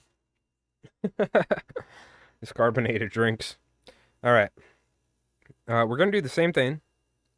Slightly different colors, but this time on a smaller hook. I really do like this. Bucktail Deceiver Easy Body Candy. The BTD Candy. Or the BTD Easy Candy. There you go. You gotta find something like rolls off the tongue, you know? In case Umpqua hits you up. Where's our buddy Master of Battle when we need him? Hey, what's wrong with Umpqua? No, we love Umpqua. They're cool. All right. We got a little bit of white off the back. I don't even know if I'm pronouncing it right. Is it Umpqua? Umpqua? I don't think that they know how to pronounce it. The Umpqua River or whatever is what the name is based off of, by the way. At this point I forgot what the correct pronunciation is of that, so I've just kind of gone with whatever rolls off the tongue that day. Umpqua Umpqua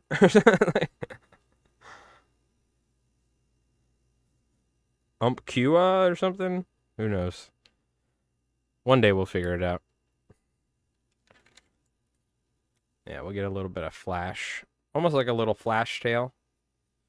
If you don't want to use hackles, sometimes I'll just tie the flash about 1/2 inch longer than the bucktail, so it kind of dangles out the back. You know what I mean? I think we're going to do white for the belly instead of doing the 5-color spread. I do like both, though. I personally, that's how I always tie bucktail deceivers.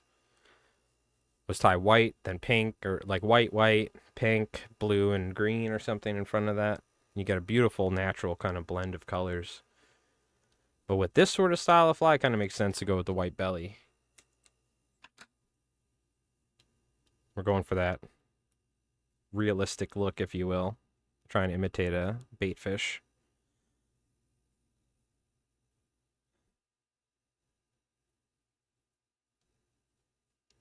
Get some white for the belly here. Now, okay, so we use some blue and we use some olive. Let's switch up the colors. We've been using like chartreuse and pinks and stuff. I'm just going to grab completely different colors. Let's see what we got here.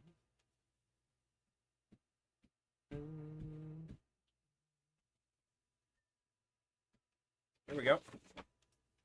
Red, black, orange, and tan. How about that, huh? And in true bucktail deceiver style, well, we put a little white on top. So the tail and the first tie, top and bottom, are white. They give us a little bit more of a natural appearance, if you will.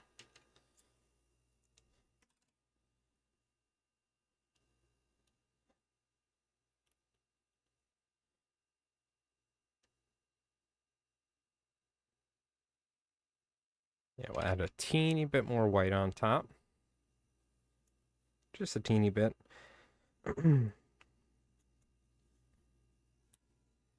I am very excited for Albie season, though. I know AC Fishing, who I've been claiming with every day, he was mentioning, well, he wants to go Albie fishing, so hopefully we can get out there. I'm hoping to get my boat ready in time, but it's already July 24th, and I'm just getting my car. It's almost fully done. I just need to get it inspected, then we're good. So next up is the trailer, then the trim. So I don't know if we'll get there in Albie's time, but we're. I've been like, oh, we'll fix the boat, we'll fix the boat, we'll fix the boat, we'll fix the boat. Now we're actually getting ready to fix the boat. So there's money getting involved, you know. All right. I think we're gonna go with tan now. So we'll do white, and I'm gonna keep it pretty sparse. This is a size 2 hook, so I gotta really keep it sparse bucktail wise. White for the belly, then tan. White for the belly, orange. White for the belly, red. White for the belly, then black. That's how we're gonna go. So I think that'll look pretty cool. This whenever I go with like the black and the orange and the white, I always call it a Halloween candy or something. I don't know why, but I used to do a lot of bow hunting and a lot of albie fishing, and it was always around like Halloween, like that late October. You're kind of like peak, somewhat dwindling albie season locally, and you're gonna have to start travel, and then the bow hunting starts. You know what I mean? October 31st or whatever it is. I think it is. Or is it September? I always forget for Long Island, but it's been a couple years since I bow hunted. But it's always right around Halloween. I'm like albie fishing or I'm deer hunting or something. So that's why I always call it like a Halloween color. The like orange, the black, you know what I mean? Reminds me of like pumpkins and what do you call it? Candy corn. Like the black, the white, and the orange. So, anyways, that was a little where that comes from, a little backstory. This is usually around that time of the year. We're doing a lot of albie fishing traditionally and striper fishing. Generally, by then, the South Shore is kind of dwindling down, or at least our albie fishing. We start going up North Shore to the Sound, because the Sound is really good. Kind of like mid-October, early November. Oh, the fishing is so phenomenal. And then it starts becoming like striped bass on the South Shore, which we don't mind in the surf, you know. But it's that fall time albie fishing that it's all about. That's what it's all about for me and my buddies. If we can get on a good albie season, good albie run, it's been a good fishing season no matter what. What's going on? Something I missed. I'm very careful of my nutrient profile so I don't pollute. Okay, true. I think you'll be okay. It's more so when somebody has like a giant lawn and they're doing top fed like Scott's Lawn Care as opposed to like, you know, like Milorganite or whatever like my buddy Nick uses. It's just nitrogen, you know what I mean? Nitrogen feeds things and they go nuts. Also, I don't think you have to deal with, I mean, you have runoff maybe possibly into like ponds or lakes or if there's rivers, but I think you're good. Living close by to like a bay or, you know, and the problem is the plumbing systems are so antiquated out here, you know what I mean? Like they just recently, not, I mean, I think it was years ago, but I mean, semi-recently because I'm old now. So it was like, you know, 5-10 years ago, whatever it is. They had a program where they were helping pay for updating sewage systems because people's sewage systems were very outdated and we were getting leakage into the bay, which is causing nitrogen blooms. But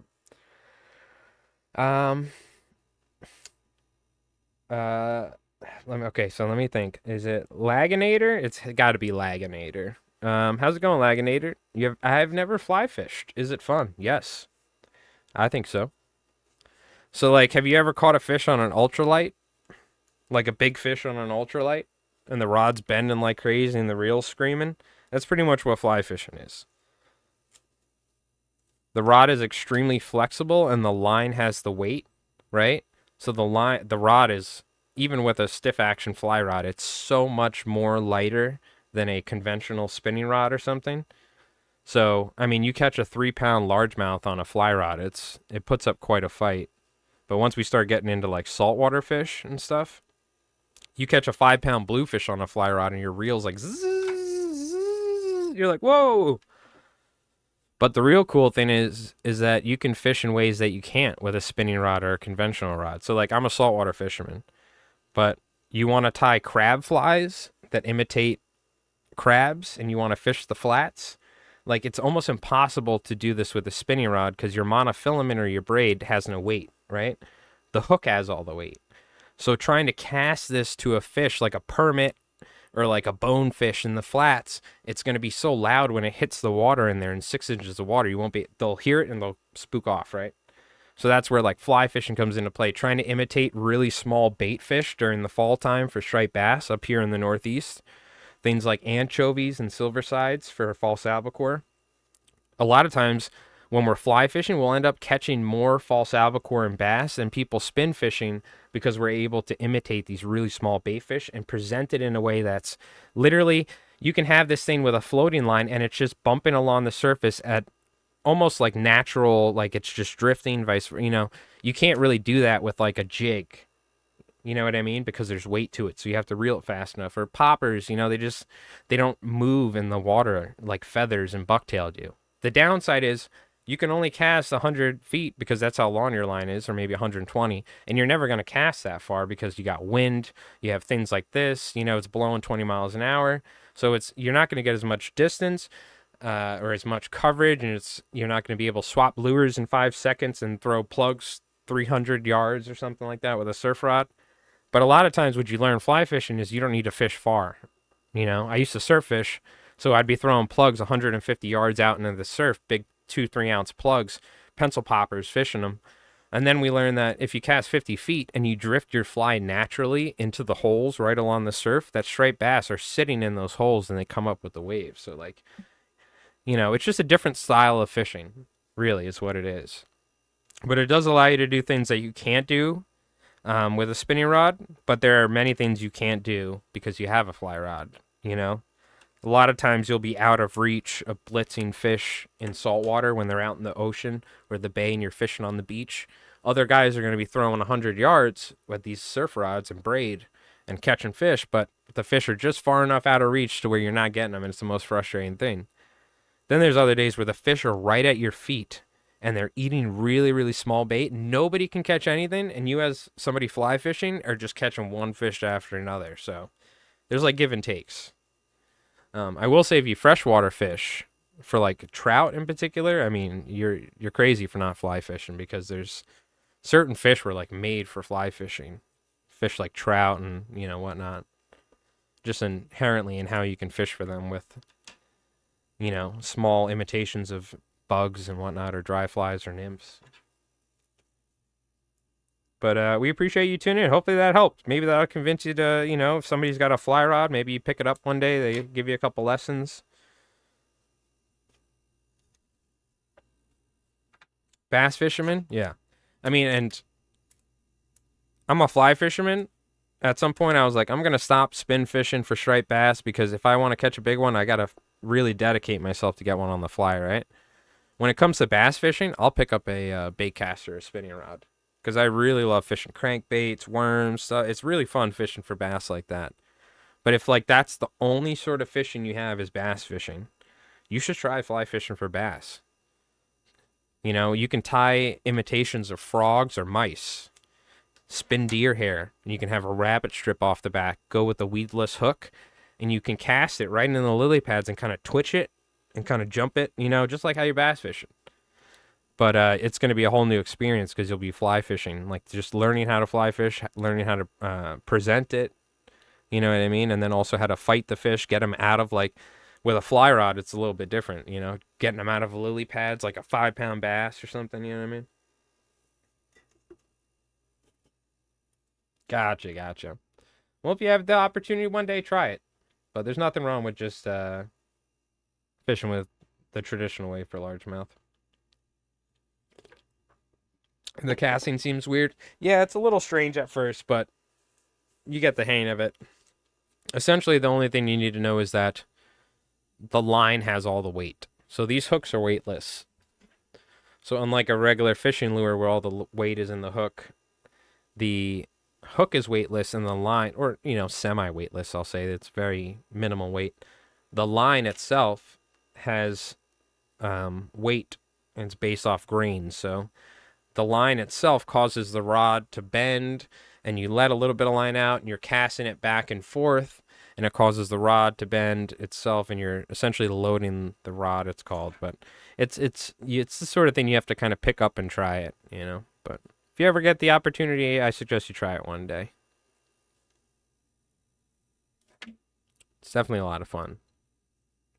The main thing about it is being able to tie your own flies and go fishing, but the main thing is the fish fight really hard, and it's if you're looking for a challenge, a lot of times it could be difficult to fly fish. So, man, I love Nightbot. Nightbot's just banning ViewBot promoters on Twitch. I love it. Favorite bait? What do you mean, for largemouth? Chatterbait. Chatterbait's my favorite. Yeah. When I used to do a lot of largemouth fishing, I haven't done it for years, but chatterbait was always my favorite. We'd go fishing at night. This is when I was like in college. We'd get out of college. There was this really nice lake nearby. We'd go fishing to the nighttime, and we'd fish around 10 foot of water where this really tall grass was growing. I had a canoe at the time. We'd go at night, and we'd fish these chatterbaits, fish them as slow as you can, right above the grass, until you kind of felt them bumping the grass, and we would catch really big largemouth. Yeah. Overall, it'd be a fly, not a bait, but probably probably just a flatwing is my favorite fly in general, which is a certain type of saltwater fly for striped bass. All right, we're gonna put a new spool of thread on here so we can put this easy body on, and then put some epoxy, or I should say UV resin, I'm sorry, on there. Get this on here.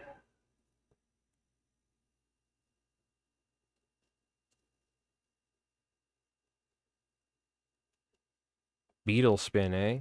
I'm not familiar with that. All right, where's our easy body? Let's see.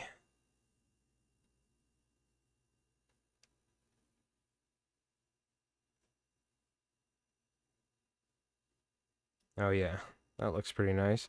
You know what this reminds me of? This coloration is like an old school 90s flies from like Massachusetts and Boston for like pollock imitations. I don't know why these seem like very pollock cod, juvenile cod sort of colors. Like if you're fishing Boston Harbor or something. The profile's not necessarily right, but colors wise, it reminds me. Kind of like this Tabery slab fly. I almost said Sadati, but the Tabery slab fly. That's a very cool fly. We've never covered it. I should do a video on that, the Tabery slab fly. There wasn't many options for big flies back in the day in the 90s. Something like a buzzbait, but less noisy? Okay. Gotcha. Very cool. We're going to go ahead and put some eyes on here.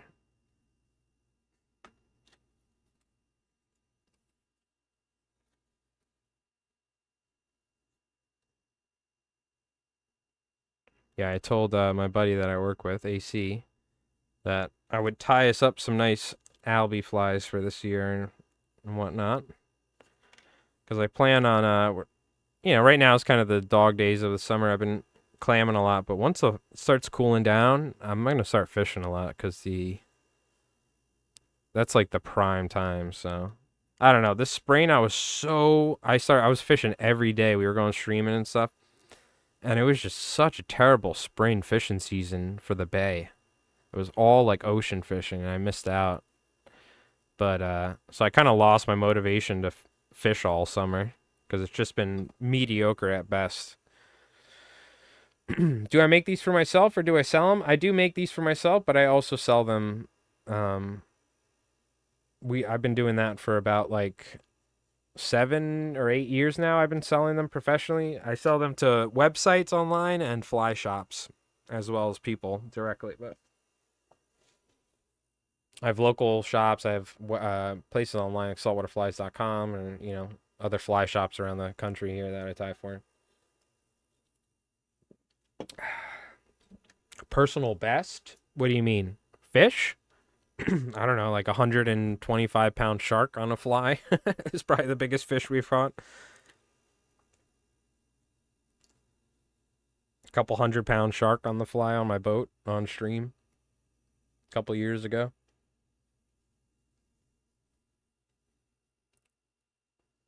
Yeah, non-pelagic species are like like ocean fish. On the fly, like almost 20 pounds on a striped bass. On a spinning rod, like probably close to like 40-pound striped bass I've caught before. I mean, I've caught many like 25-pound plus striped bass. I think I've only caught one that's been like 35 plus pounds. They get really big. It's not uncommon to get like 40, 50-pound striped bass if you fish with a spinning rod and you know what you're doing. With a fly rod, it's a lot harder, but I used to do a lot of spin fishing, conventional fishing when I was younger, and then I kind of found fly fishing, and that was game over. I kind of just switched completely over to fly fishing. There's just more, it's more challenging, it's just a little bit more fun for me.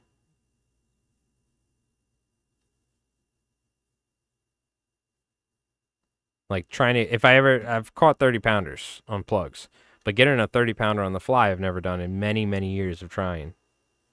So now that I have a boat, hopefully the odds go up a little bit, but it's a tough thing to do. So it's far more challenging, I think, for trophy striped bass fishing. Very cool. That's a nice fish. 3-pound catfish. Nothing wrong with that. I've only caught, I think I want to say one catfish in my life. We don't really get catfish, so I always thought that was cool. Catfishing.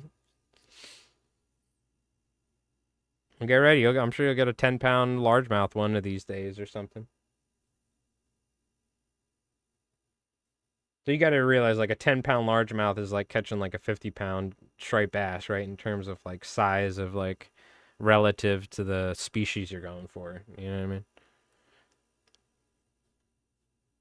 It's all about just going out fishing and having fun. It's not about, I used to care about like, oh, I got now it's just about going out and having fun. So if I cared about catching big fish, I wouldn't be fly fishing all the time. I'd be fishing with plugs. But it just makes it all that much sweeter when you get a nice fish, right?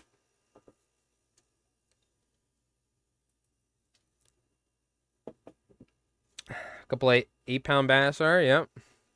I think the record for the lake that I used to fish in was like 10.5 pounds here on Long Island. Not very big. We don't really have like the craziest largemouth fishery in the world, but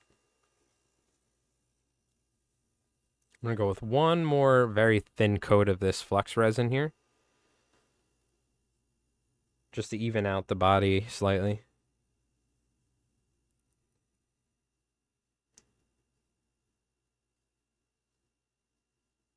Really don't need much. Yeah. No, small pond fishing's a lot of fun, for sure. Definitely is.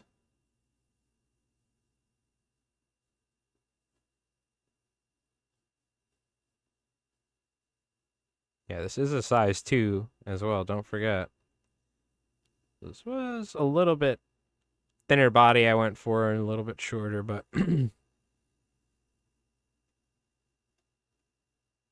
I'm going to let this settle for a sec, though, to make sure that this resin spreads around nice and evenly. So if I see a side that's a little bit ripply and whatnot, you know what I mean? What I like to do is kind of like let that sit on the bottom, and this resin will kind of evenly spread its way around, you know what I mean? Yeah, bluegills are a lot of fun. That's a great fish to learn how to fly fish for, is bluegills. Because they eat flies more than they do eat regular lures. You ever see those little tiny bass poppers, those teeny little flies that you can get at like Walmart or Bass Pro for panfish, those panfish poppers, you can catch an unlimited amount of panfish. So like when I would teach people how to fly fish, we would go for panfish. Because you can actually see results and be motivated to try it again, you know what I mean?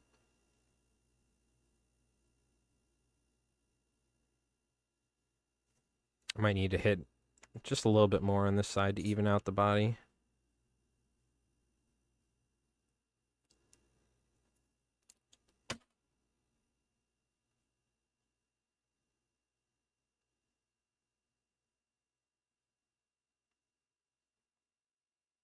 Yeah, it could be. I don't know if it's just inherently the viscosity of this resin is like that, or if it's the fact that this resin is a little bit older, like a year or two old after being opened.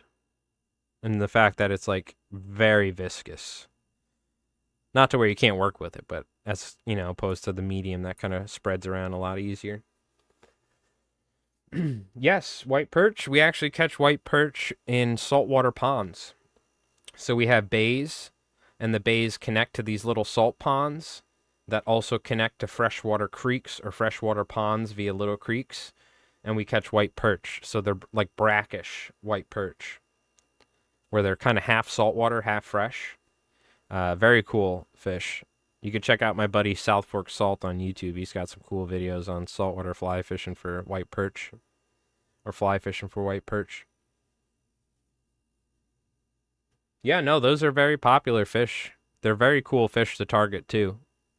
You can catch them on like, larger flies and streamers or little worms or probably even swim baits maybe. You know what I mean? So if you can target them, go for it. They're a lot of fun. I've caught a couple. I'm not like a master. We've tried catching them in this one area near my house. We're convinced that they're there, but we've never been able to catch them. Usually it's like a wintertime thing. You can go catch them during the winter in the bay, which is kind of interesting.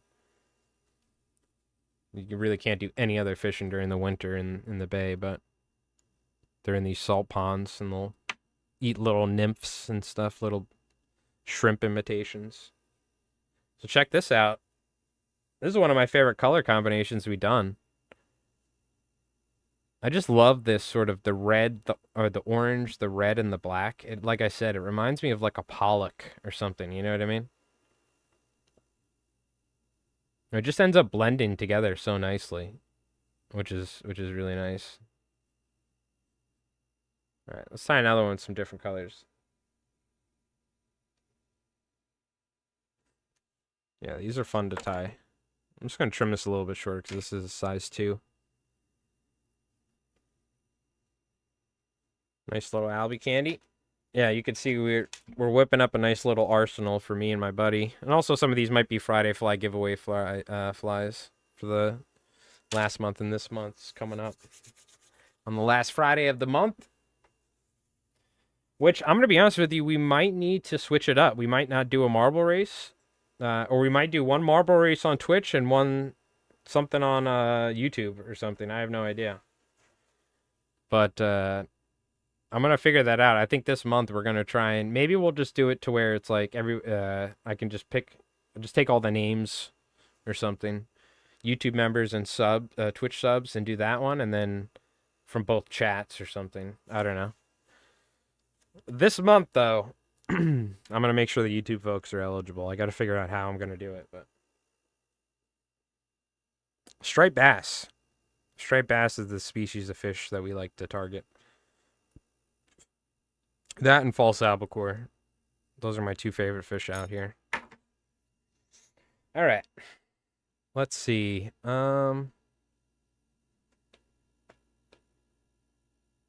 Those are looking good. Bada bing, bada boom. Let's tie another one here.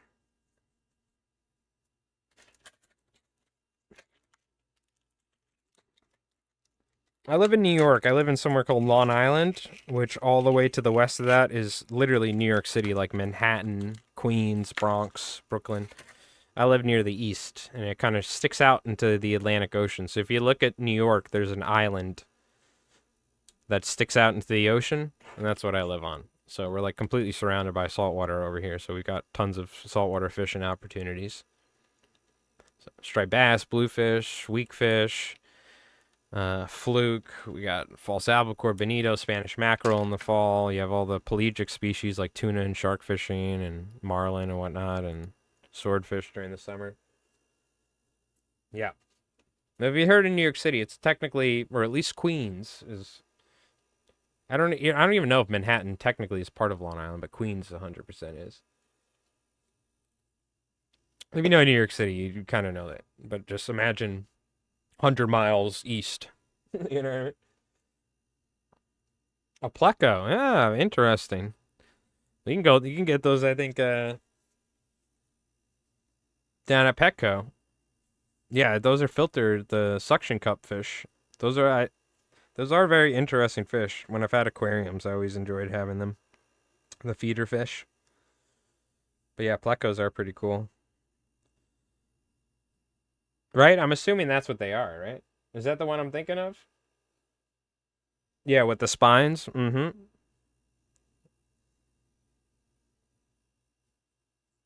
Yeah, spiked. Spiked. Is how you spell it. But yeah. All right.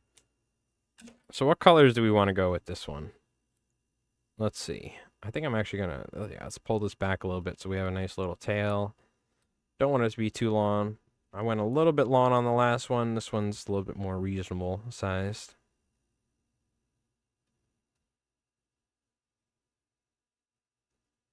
Yeah, this one's a little bit more reasonable. Which by the way, I gotta look. Oh yeah, so this Friday has got to be our giveaway, right? Because today's the 24th. Yeah. So I gotta figure that out. Yeah, autocorrect, huh? Okay, let's go with some more flash here. I've been digging this silver flash just because I have so much of it and we're going to use it.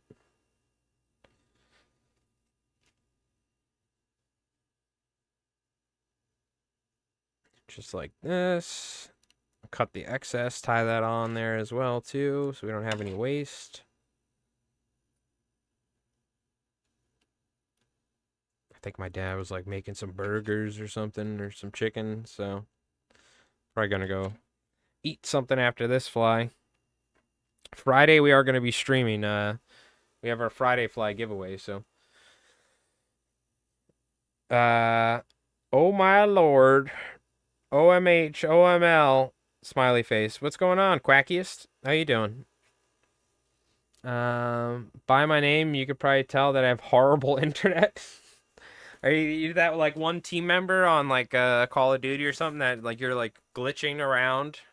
You're like we never see you moving properly. You're like moving like teleporting, or on Counter-Strike or something. All right. White. We're gonna go blue. I like the orange. We're gonna keep the orange and the red. What other color do we want to use? Ooh, gray. Yeah, gray. Yes. Okay, gotcha. Now I understand your name a little bit better. Let's put these colors away.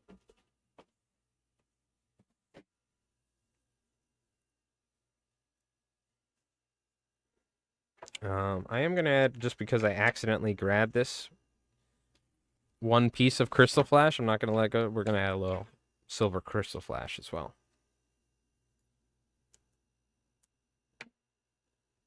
The Laginator. Oh man, the whenever I hear stuff like that, it always makes me think of one thing. Yo, Frosty. RRT. Yo, Frosty, thank you for the. Can we get a round of applause for the 39 months with the Twitch Prime? Appreciate that, my friend. Our moderator and good friend Frosty. I hope you're doing well. What have you been up to, my friend? I hope everything's been going good. I've been actually having a magic fix. I've been wanting to play some Magic. I don't know if you guys are playing Commander or something, but let me know. I'll play with you guys on Cockatrice. But I hope everything's going good. I hope you're doing well, dude. Put some Ally Flies hearts in the chat or a If you're a member on YouTube, you can put the fish stare emote as a thank you. Oh, on Cockatrice, you have been? Okay, yeah, cool. Let me know. Let me know. I'm down to play. I haven't played in a while. For sure. But thank you again, my friend. Thank you again. Shout out Frosty Actual on Twitch. Check him out. Stream some Tarkov and stuff like that. Friend of mine. Good friend. There you go, Laginator. That's a good emote for you to post. That's your emote, right? Yeah, gotcha. The windmill of death. I was mentioning before Frosty came in here, whenever I think about lag and stuff like that, the number one thing about is the lag switching from Halo. What? No, they didn't.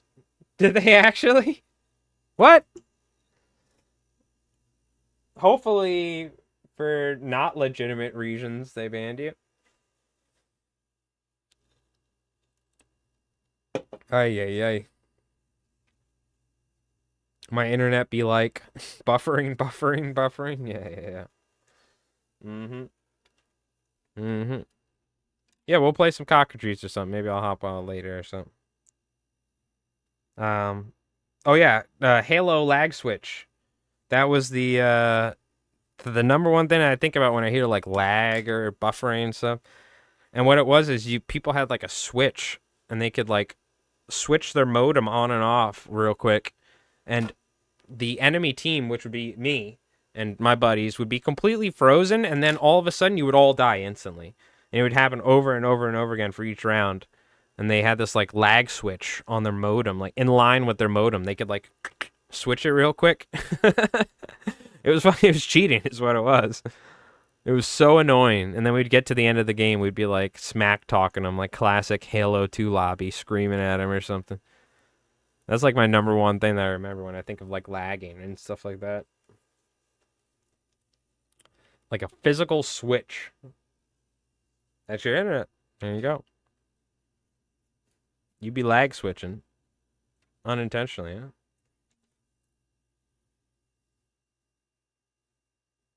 Alright, we're gonna go with a very light sprinkling of blue here.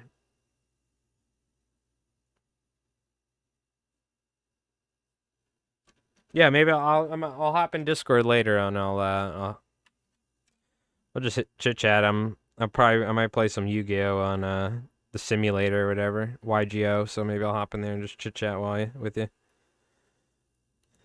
It's been a while. I want to go back to the card shop, play some Yu-Gi-Oh, because I upgraded my branded deck. Never went back. I had a lot of fun. All the people there, I had a great time playing.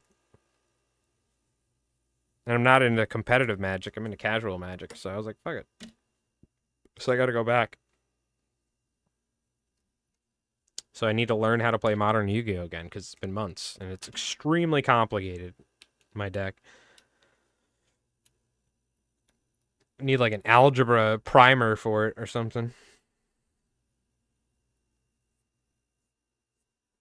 So I'm streaming on Twitch and YouTube at the same time. So for all you folks watching on YouTube, I'm talking to... Oh, by the way, apparently listening to Pops and Justin on Djibouti Show, which is a channel on Twitch, the reason why I never put my chat. I can't, so the way you read the rules, in fact, we can probably look it up. Twitch rules for multi-streaming, let's look it up.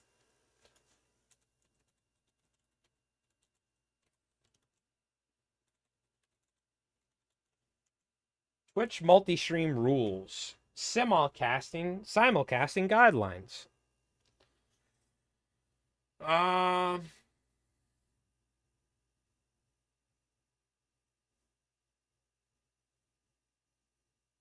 So, can I use third-party tools that combine activity from other platforms or services, such as chat, if I'm using them for my personal usage? Yes, you're free to use the tools for your personal use, but the prohibition on third-party tools only applies to the content presented to viewers either on or off Twitch. So reading that, what does that mean? Can I show both my YouTube and Twitch chat at the same time? No, is the way I read that. Apparently, That's not what that is, and it's just written in a really weird way. But other Twitch content creators have talked to their community guideline, and they're saying, no, no, no. What that actually implies is that you can't try and get people from Twitch onto YouTube by, I don't know, it's like some convoluted way of describing something that you're not supposed to do. But I am allowed to technically put both of my chats on the screen. So I can just put my, what do you call it, YouTube and Twitch chat on the screen. But what you're not seeing is me talking to everybody on Twitch. We got 10 people watching on Twitch. So that being said, you know what I mean?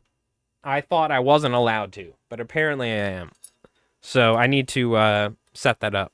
So we'll have the chat probably at the top left or right of the screen, probably top right of the screen, and you'll see,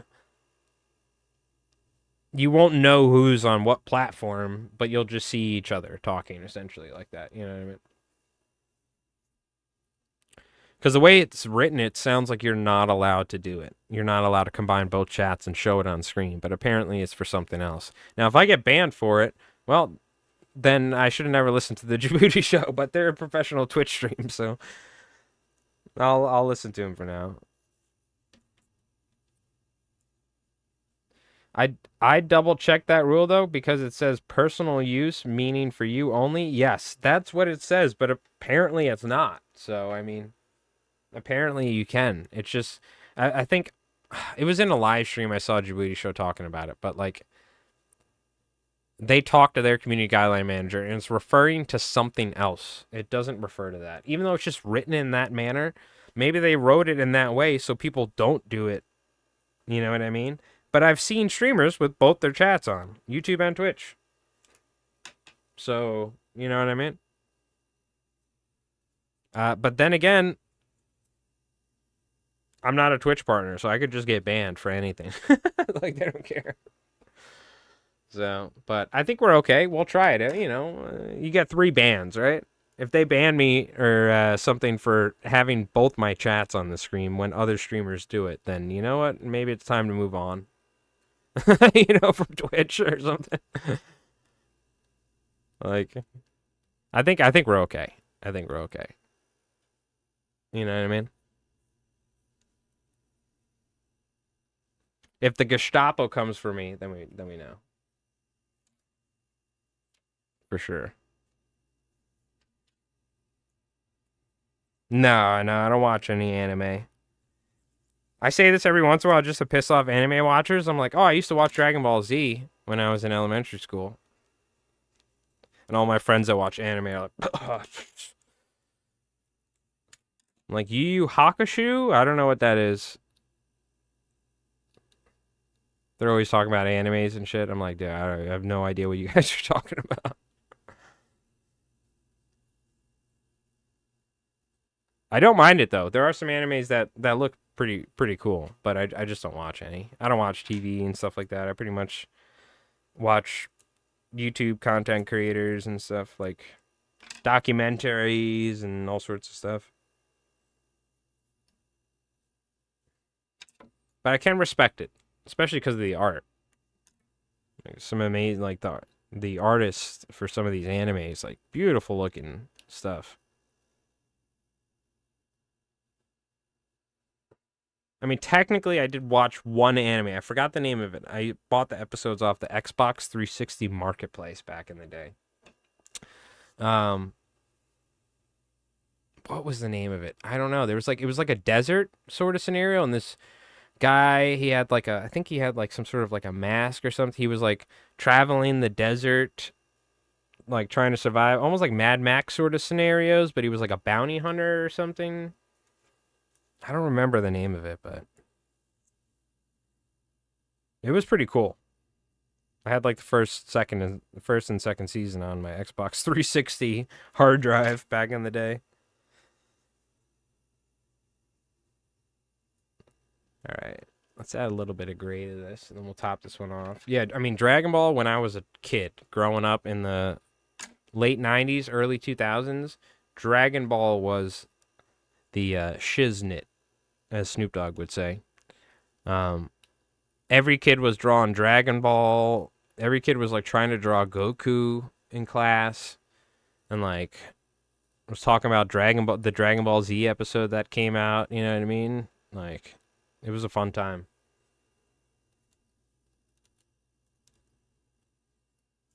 Yeah. Well, mind you, that's Dragon Ball Z, not Dragon Ball. I know they're completely separate things, but it was Dragon Ball Z when I was growing up. That was the most popular. You have to find anything. Like we started with Gundam. Yeah, yeah. Gundams are still huge, by the way. People still build like Gundams, like the actual models and stuff. It's apparently a pretty big thing, which I never even knew. But all right. Yeah, we'll see. I think we're okay with combining the Twitch chats. I'd be really kind of upset if that was the case. We got in trouble for that or something, but I guess I'll take a look. But I mean, Djibouti Show's pretty dialed in on these things. You know what I mean? Meanwhile, there's like other content creators that are just playing copyrighted music constantly and like doing all sorts of crazy stuff. But they're just too big to fail, so it doesn't matter. Like, it always blows my mind. People on Twitch are like just playing copyrighted music constantly. Just crazy. You can tell somebody's not multi-streaming on YouTube if they're doing that. That's for sure. YouTube does not mess around whatsoever when it comes to copyright. So, which I'm fine with anyway, by the way. I'm kind of stepping away from... People don't want to listen to me blasting music while we're fly tying anyway. All right, let's try and wrap this down here.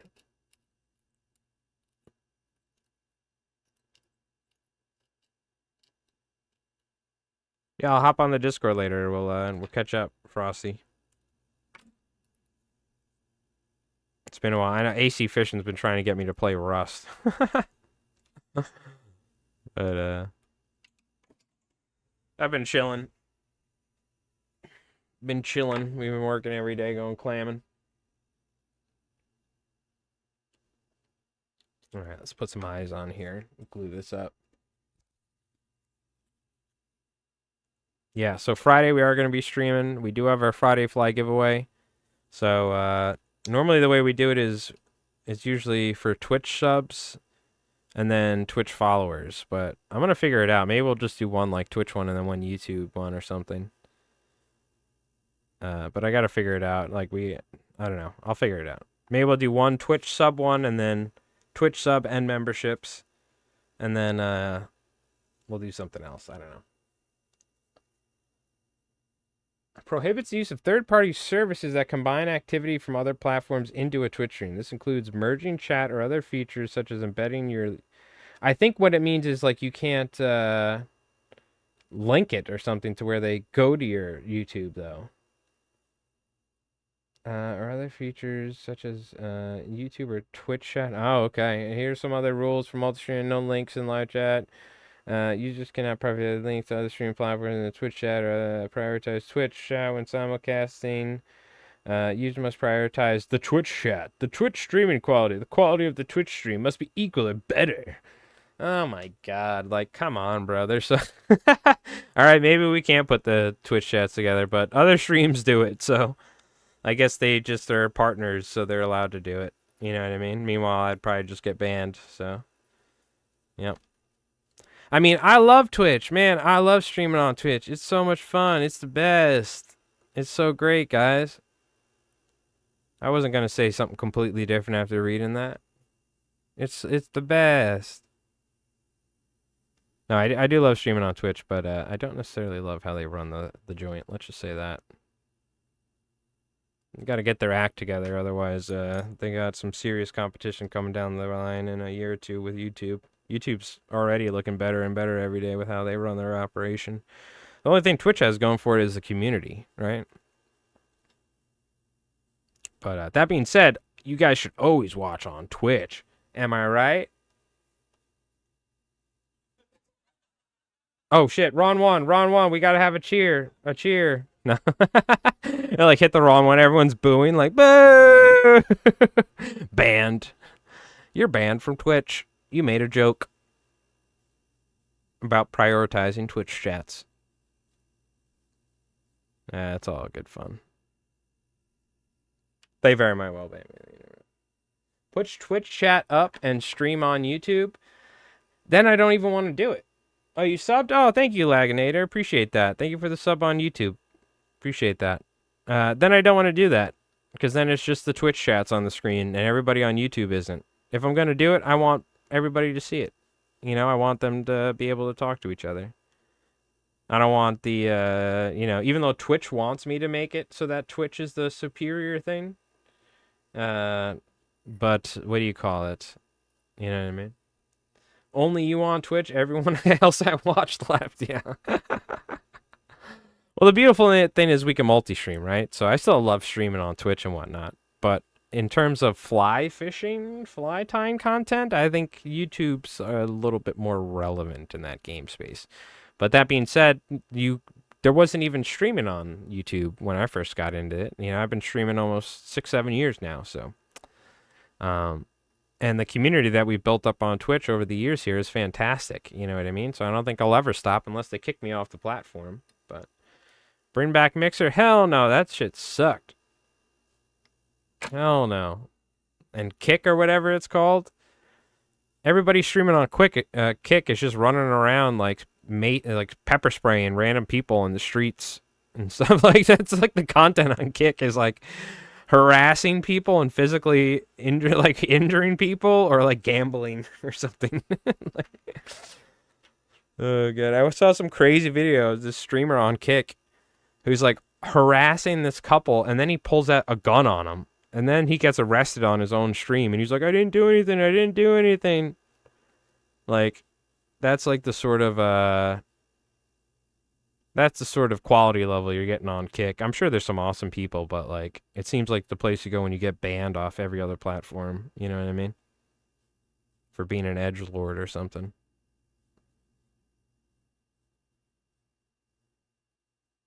It's like the Wild Wild West in that joint.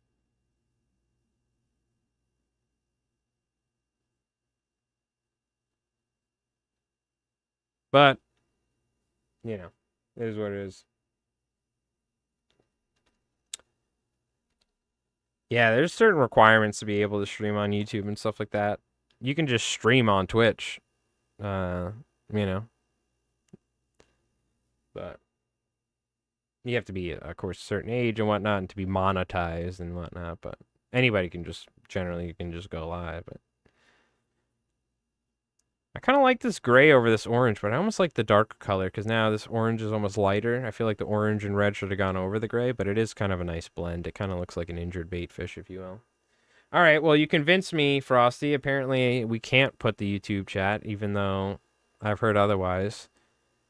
You know, it'd be funny, though, if you can, but the way that they just wrote that, you know what I mean, is like to trick us, but it sounds like it. Reading it with my own brain, it seems like you're not allowed to put YouTube chat on the screen, so.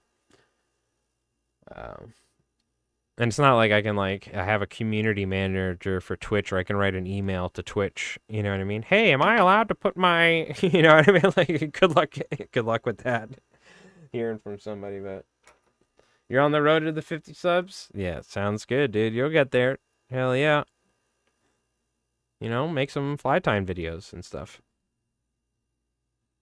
Could be a catch-22. Yeah, and it sounds like a reason to ban somebody is what it is, so I guess we'll leave that. But how's it going, Supra? I hope you're doing well, dude. I'm sorry, by the way. I read your comment, but I didn't say hello to you. How you doing, man? Yeah, I love Twitch. A lot of my favorite streamers are on Twitch. But, you know, and I mean, look, I've invested a lot of time into Twitch, but I don't have like a freaking partner contract to where I'm going to be like, oh my God, Twitch is the best. If you watch anything other than Twitch, you're a douchebag. Like some of these other people that are like, you know, married to this platform at this point, and they will never, ever criticize it. They'll never mention something else because at this point, you know what I mean? And when you do it for a living, you know, you're not going to bite the hand that feeds you. To me, this is just a little extra, you know, change in my pocket, and I do appreciate when people support it.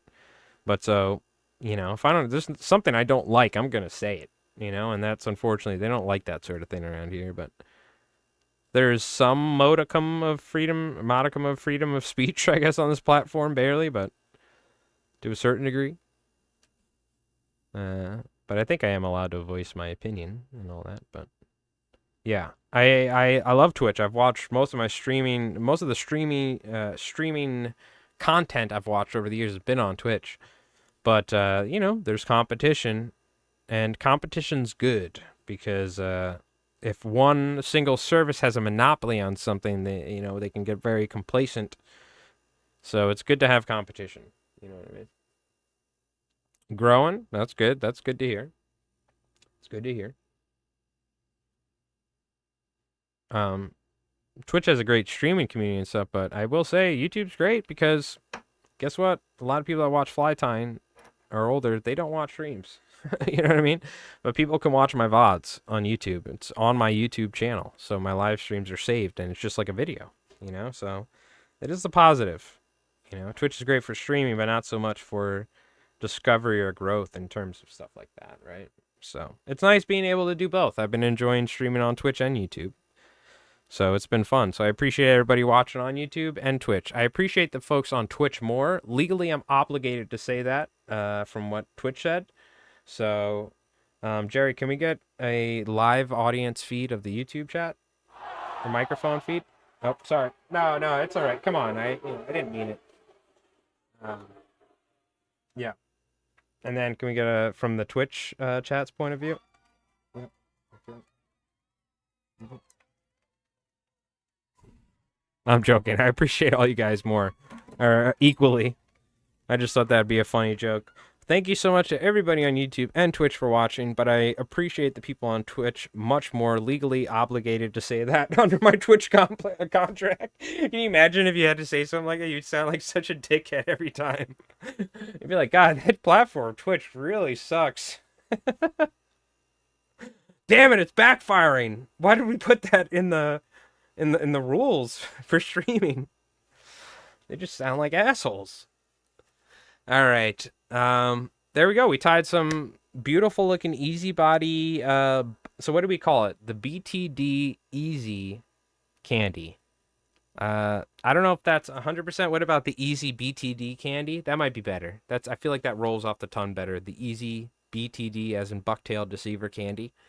I kind of like that one. All it is just a easy body candy, but with Bucktail Deceiver collars the whole way. And it just adds a little bit of something to it. It adds a little bit of flavor to it. You know what I mean? We got a quick little zoom in here. I'm going to go eat some food. I've been starving. We got up at 6, went clamming, got back. I had some cereal and stuff, but at this point I'm kind of ready for a real meal. So, but thank you so much to everybody for hanging out. And hopefully you enjoyed some Albie flies that we tied up today.